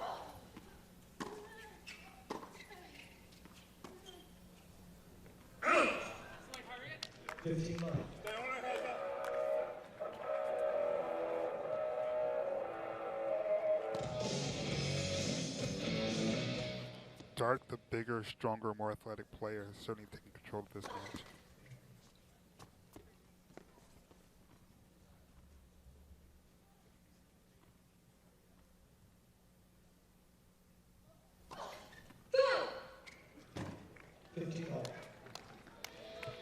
All right, here we go at 15 all, ladies and gentlemen.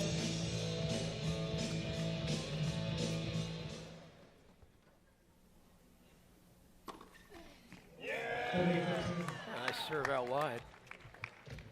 A few years ago, Danielle wrote a book called The Invaluable Experience, talking about her college tennis experience at USC.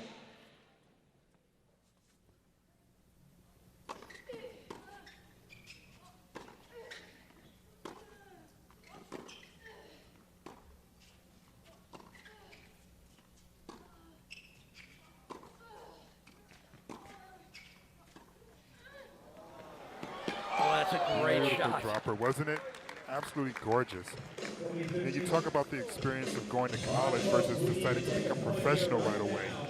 Having the opportunity to talk to so many players like a John Isner who decided I needed to be in school first to get strong before going on tour. And then you look at the men's tour, no player under 30 has a major. I wonder if you're going to see more and more players on both sides go to college first before deciding to go into the pros. Yeah, Dart takes it with the first serve. So Dart, who doesn't have any college experience, but she gets this set. She takes out Danielle Lau. The Rollers build on the lead. Look at how excited she is. She was down to break early, but rallied to win it 5-3. And your hometown hero, Taylor Fritz, ladies and gentlemen. Let's get up and get loud and let the Aviators ambassadors hear from you and feel your energy. It's the Aviators swag sauce. The Aviators ambassadors are wearing sleek, light clothing. Check out their Aviators shop at our activation area to get yours. Here come the ambassadors. Who wants some swag? Put your hands up in the air. Get up, stand up. Who wants it? Keep yelling.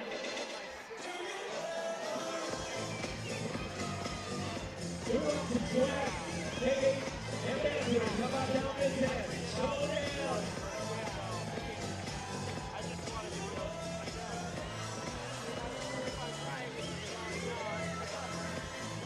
Shoebox Aviation has steadfastly remained a quintessential go-to for San Diego for over 25 years. Shoebox Aviation understands what foreign event travelers desire: safety, value, and ultimate efficiency. Their team is comprised of unrelenting aviation specialists committed to setting the standard for flying private. Based out of the Carlsbad Palomar Airport, experience luxury. Personalized travel with Aviators gold sponsor, Shoebox Aviation. Seltzer Kaplan and Van Tech is one of the most respected law firms in San Diego. For over 70 years, the firm has been committed to providing tailored legal solutions to help families and businesses succeed. Seltzer Kaplan Van Tech is proud to support our community and look forward to seeing our San Diego Aviators rise above the competition this season.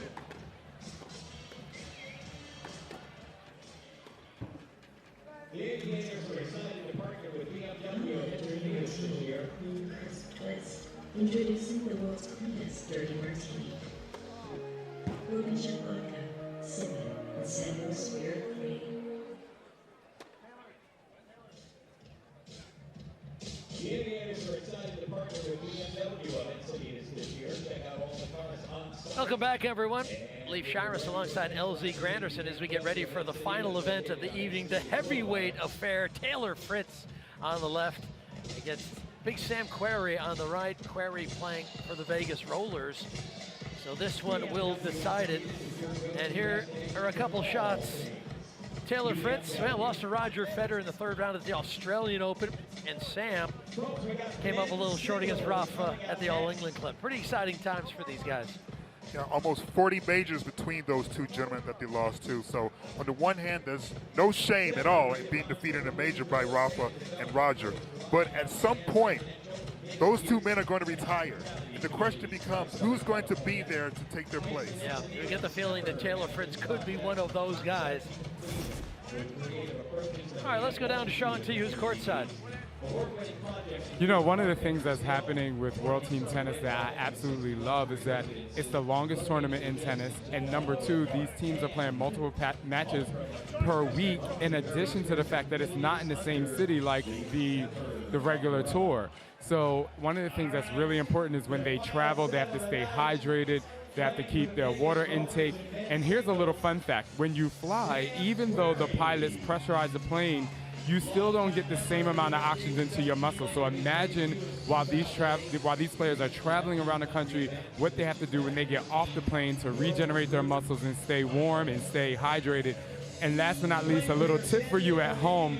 If you take longer than a 3-hour flight, what you want to do is you want to go to your hotel right away or go home and do a 10 to 15-minute workout, and make sure for the rest of that day, you drink a gallon of water. All right, Sean, thanks very much for that. These guys have traveled back from Wimbledon, and here they are playing in the final match of the evening. Taylor Fritz to serve.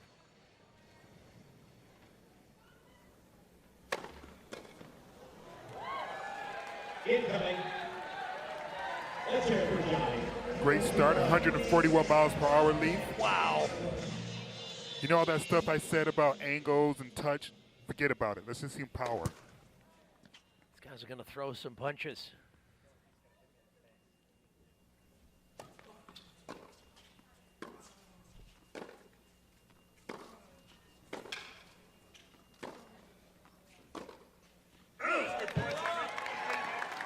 Ladies and gentlemen, let's hear it for Fritz. Come on.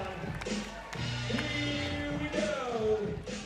I wonder how much of that match in Eastbourne has given Taylor Fritz confidence tonight facing Sam, the player he defeated there.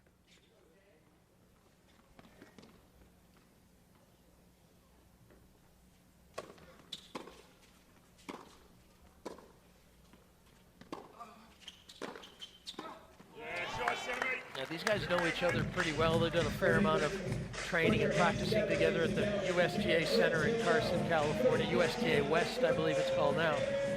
So these guys are familiar with the game, and I think in some way, maybe it helped Taylor. You know, going for his first title. He'd been in a final a few years before that in Memphis, but playing against someone he knew, perhaps a little more comfortable with the big moment. And he played well in that match. Played well the entire tournament. Won almost every match in straight sets. Sam got a little lackadaisical with that one. Great game from Taylor. Great, ladies and gentlemen. Come on. 40-15.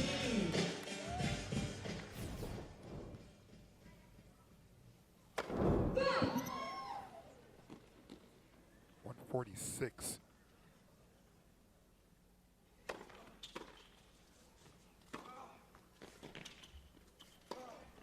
A little too much. Here we go. 40-30, ladies and gentlemen. Come on, Taylor.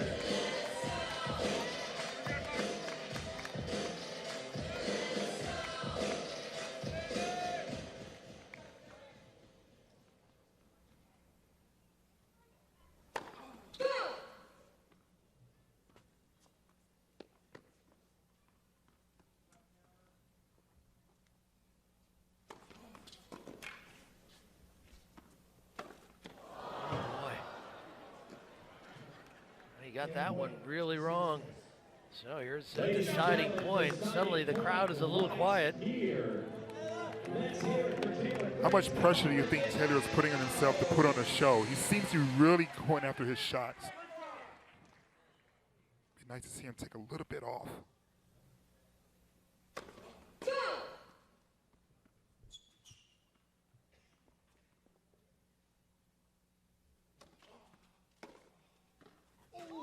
Oh, that's in. Sam Querrey with the off backhand return winner on a deciding point. Not the start that Taylor wanted, that's for sure. Yeah, look at the return, beautifully placed. And oftentimes what happens with a young player, and not just Taylor, but they'll get that short ball and they feel like I have to hit a winner instead of just hitting a very good shot and setting up the winner. Exactly. Yes.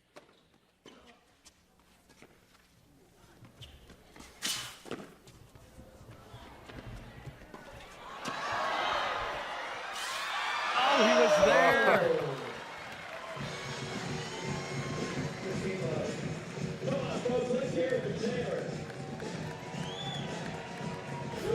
Now, you know the Aviators are feeling they need something to happen. They start pulling out the Led Zeppelin. It's always a good choice.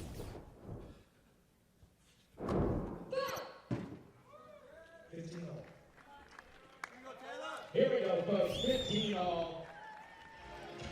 Sam with The the tweener. rare double fault.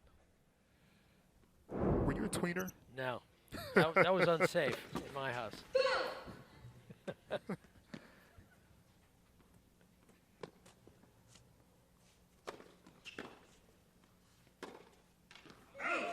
Here's a slight opening. Taylor find a way back from a breakdown.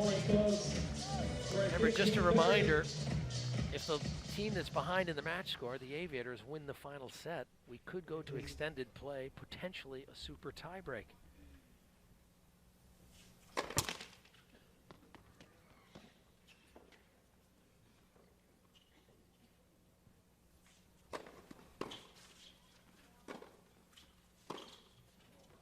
Shot, Sammy. Here we go, mate. 30-30. Yeah, just too many errors so far for Fritz. And you can see the nervous energy on the Vegas bench.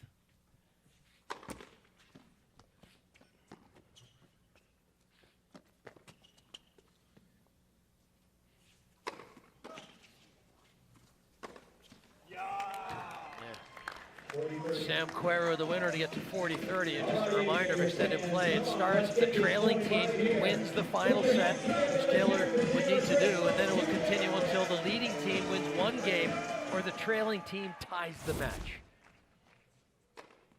Boy, that's a big serve. And if the match does become tied from consecutive games won by the trailing team, it would be a 13-point match tiebreak. And look at that ace right on the edge of the line.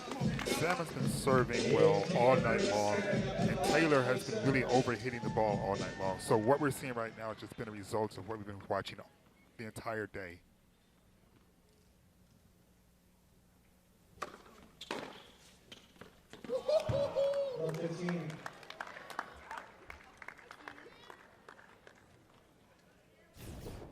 Yeah, Sam Querrey is lighting it up.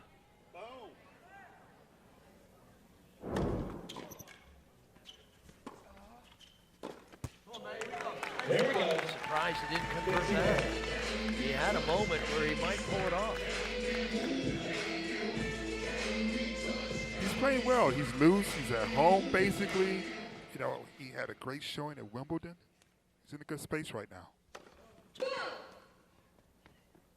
Maybe he wants some revenge for what happened in Eastbourne. That's right.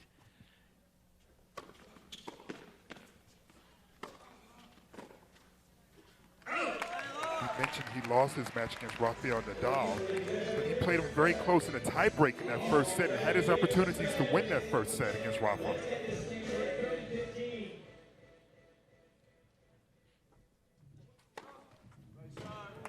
That's a much needed ace.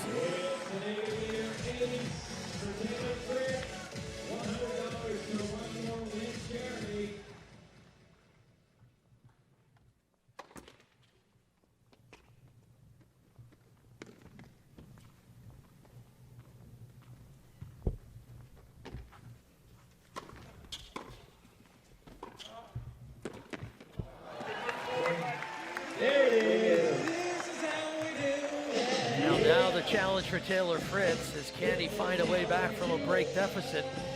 He's got to win this final set, otherwise the Rollers are going to roll over the Aviators.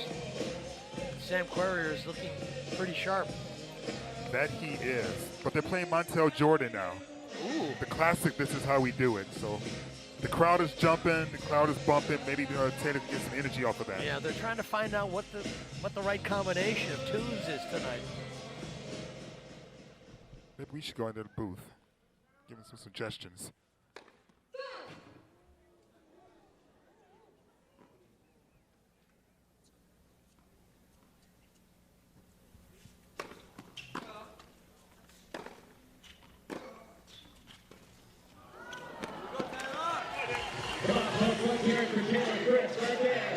Salmon trying to take advantage of the fact that Taylor was so far back in the baseline, tried to do a dropper there. Didn't quite execute it.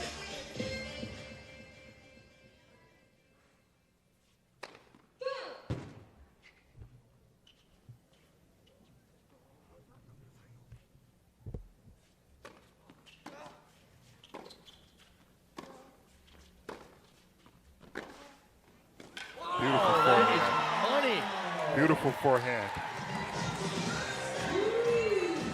Looks as if it clipped a spectator right there in the shoulder there. Well, he pulled this back cross court so impressively. First this one. Boom.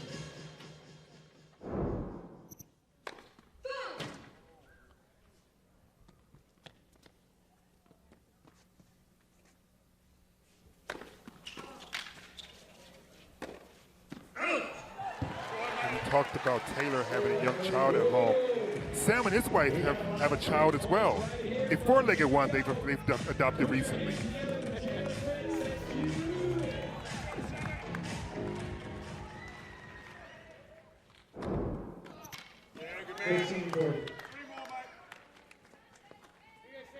Here we go. For break point.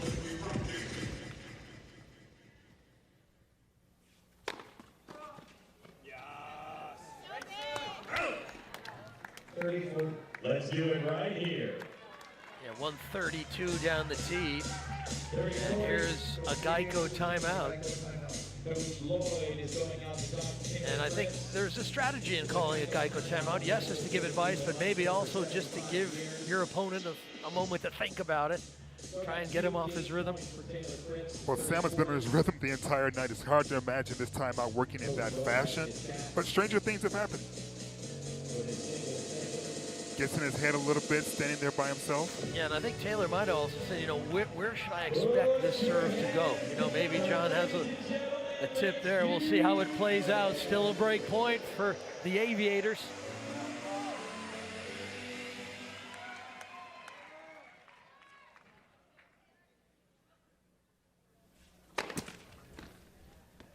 It's going up the tee.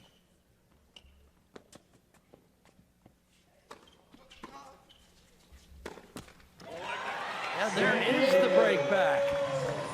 So Taylor Fritz keeps the Aviators' hopes alive. Another game. Gets this ball back in play, and Querrey coughs up the forehand. 2 games all in the final event of the night. A growing community bank with headquarters in San Diego, Bank of Southern California is locally owned and managed with a history that spans 18 years. Bank of Southern California, dedicated to providing a personalized banking experience and offers a broad range of solutions. Our commitment to building relationships and ready access to decision makers. To learn more, visit banksocal.com.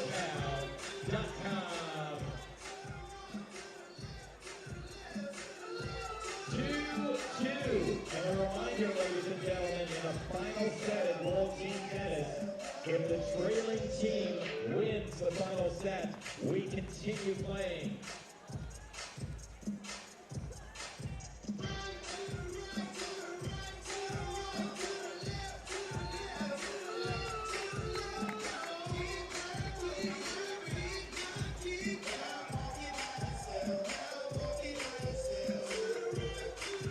UPS is one of the world's leading wealth managers focused on the distinctive needs of exceptional families like yours. Start the conversation with a UPS financial advisor today.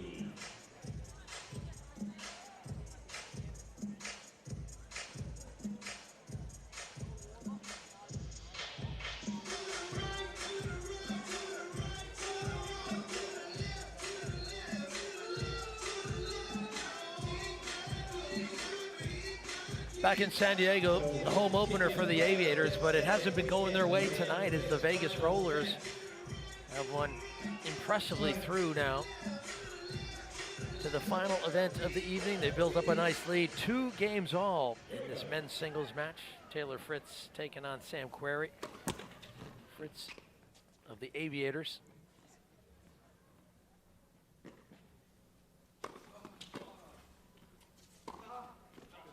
That's a sweet backhand. He has a great two-hander. Yes, he does. And one of the things that I really like about him is that he's not afraid to pull the trigger on it.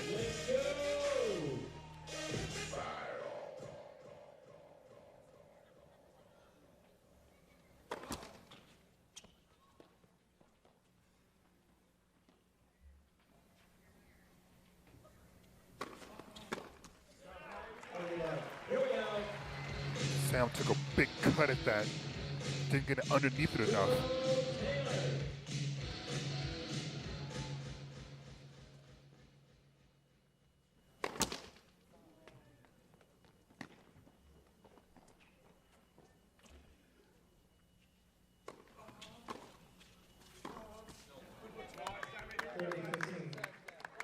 Yeah, it's a good, strong return straight down the middle. Querrey's had a great year this year, not only in singles, but he's also semifinals at the Australian Open in doubles alongside Ryan Harrison. Harrison, who's played for the Aviators this year.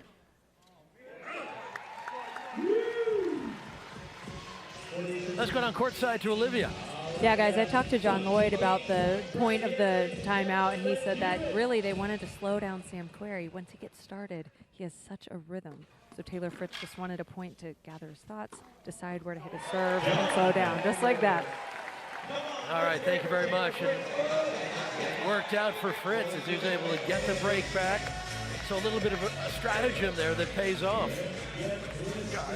Tennis is such a thinking person's game. You know, we get caught up in the shot making and the power and the aces, of course. But it really is about the court positioning and figure out where your opponent is uncomfortable. And it seems that Taylor has decided to get off the gas with the power and go for more placement. But then you do that, and then it's all about the power. Yeah, that first delivery, drawing some oohs and ahs from this full house crowd in San Diego. Yeah, that one was 135. I got to tell you, the sound guy has a great sense of humor. He's good. He's on his game tonight. Wow. I'm starting to get impressed. So he's got 132, 135. That's a 136. Let's see what he's got here. A beautiful drop shot. Push Taylor back with a big first serve, and then casually just kind of drops it in there. All right, folks, we're 3-3. Let's do this. Put your hands together for Taylor. There's not much you can do with a combination like that. It's one of the reasons why, you know, when you talk about who can win a major, Sam's name is out there. Maybe not right away, but he's got all the stuff. Yes.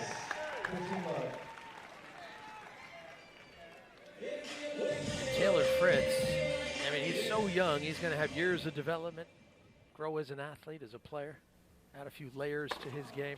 I mean, look at the talents he already possesses. It's like they're having an ace-off contest right now. Inside the line.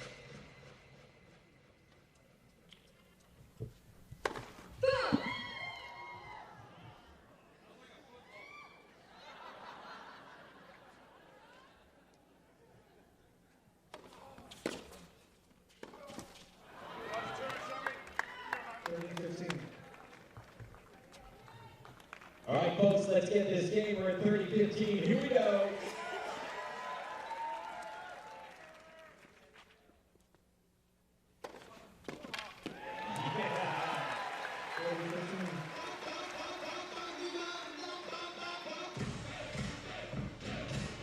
Go Taylor. Go Taylor.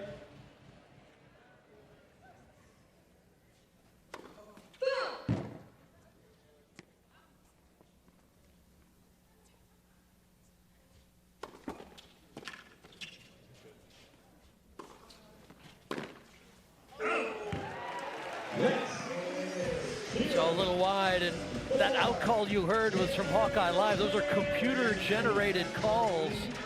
We don't have any lines people tonight, but we do have 12 cameras on the line, 6 cameras for foot faults.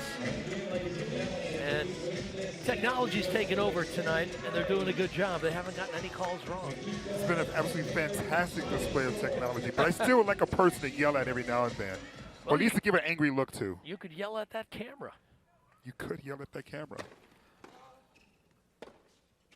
A little wide. Maybe something like useless, inanimate object. Something, I don't know. Maybe if they put a face on top of it or something. Here's Love 15. Querrey trying to get to a tiebreak.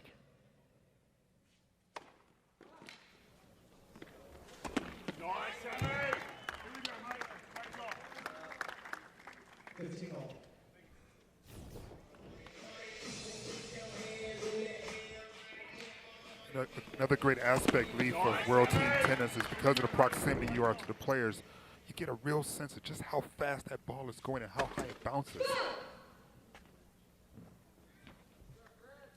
Sometimes it's hard to see that.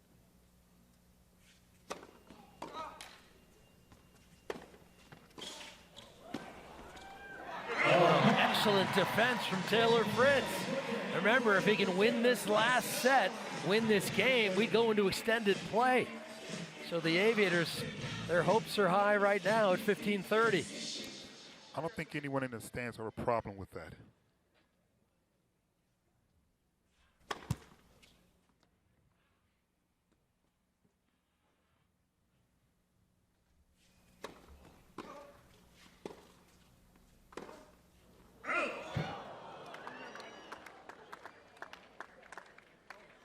Set points.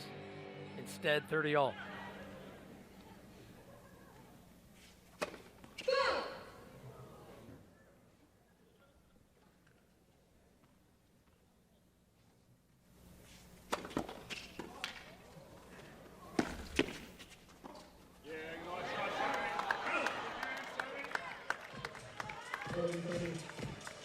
Good return of serve, wasn't it? Off the let court. He really adjusted well to it.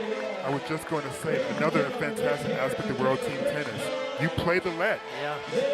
Forcing players to be a little bit quicker to make those adjustments. Well, Taylor Fritz had a look at 15:30. But it was Sam Querrey who slammed the door shut, so we'll have a tiebreak to decide this one.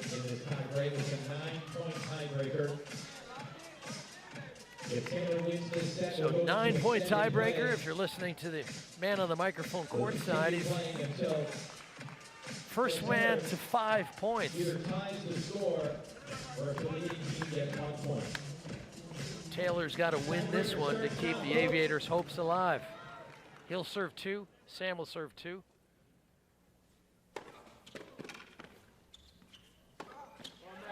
And Taylor will serve 2 more points. Sam, if needed, will have the final 3 points. So we could potentially have a 4-all tiebreak, but we'll see how it shakes down as Taylor gets the first point.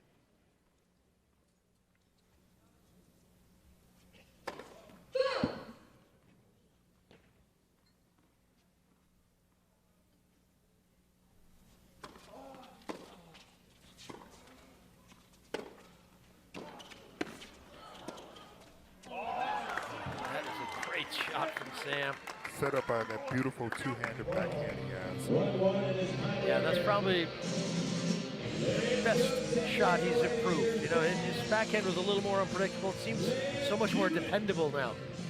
Yeah, when you look at the reasons why American men are having a difficult time competing with the Rogers and the Rafas, you looked at the backhand.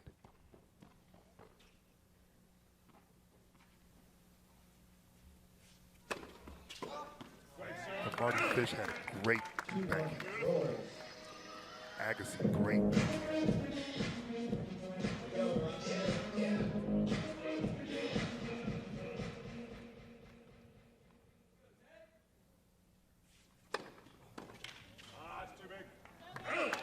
He's serving bombs tonight.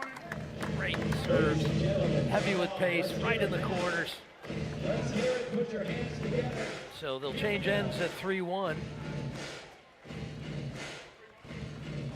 You know, both players have such stoic faces. It's hard to tell who's winning or losing sometimes when you just look at their facial expressions. Especially Taylor, he's so chill. He doesn't get too high or too low.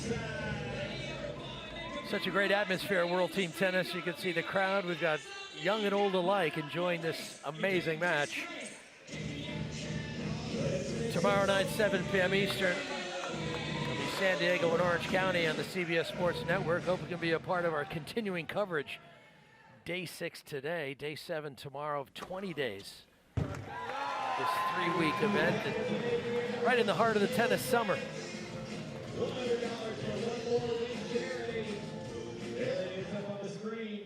Grabs a bit of the paint, 2-3.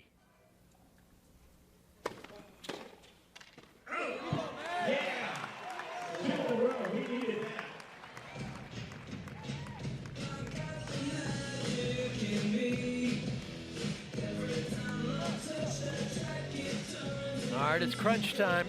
Sam Querrey trying to close it out for the Rollers. Fritz trying to keep it alive. Wow. Another monster serve right up the tee, 137. We need your support right now. Here's a match point for the Rollers.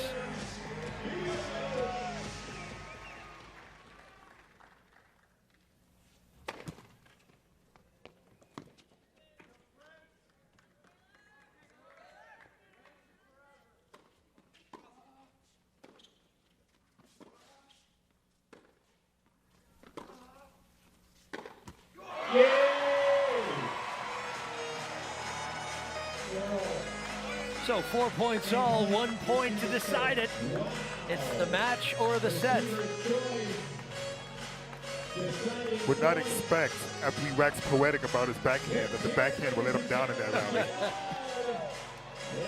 It's the broadcaster jinx, but here's Sam with the serve.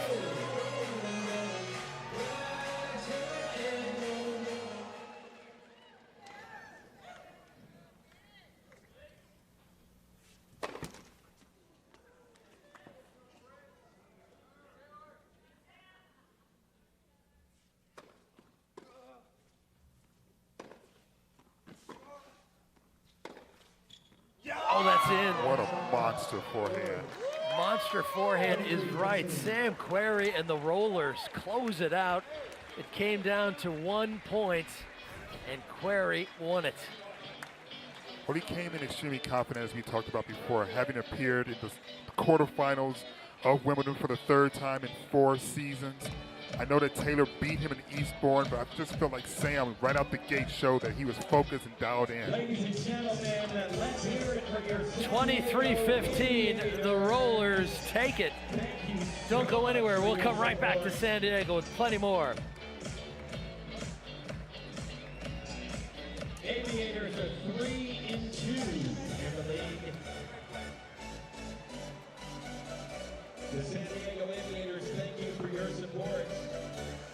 And don't forget, kids 16 years of age or younger, join us down on the court right now for an autograph session with all of the players, both the Vegas Rollers and your San Diego Aviators. Just line up at the northwest end of the court at the side of the court where the landing lounge is. For more information on becoming a 2019 Aviators season ticket holder, visit the Aviators box office near the main gate, or you can go to our website, SanDiegoAviators.com. Please ride home safely and good night. We'll see you here Sunday, July 21st. Start time is 5 p.m. on Sunday as your San Diego Aviators take out the Springfield Lasers. Doors open at 4 p.m. It's going to be the Art of Tennis night. We are going to have art displays during happy hour and discounted wine. For tickets, go to SanDiegoAviators.com.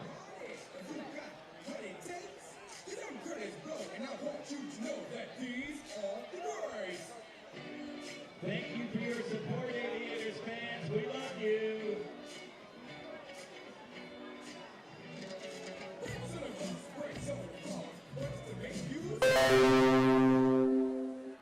Well, thank you.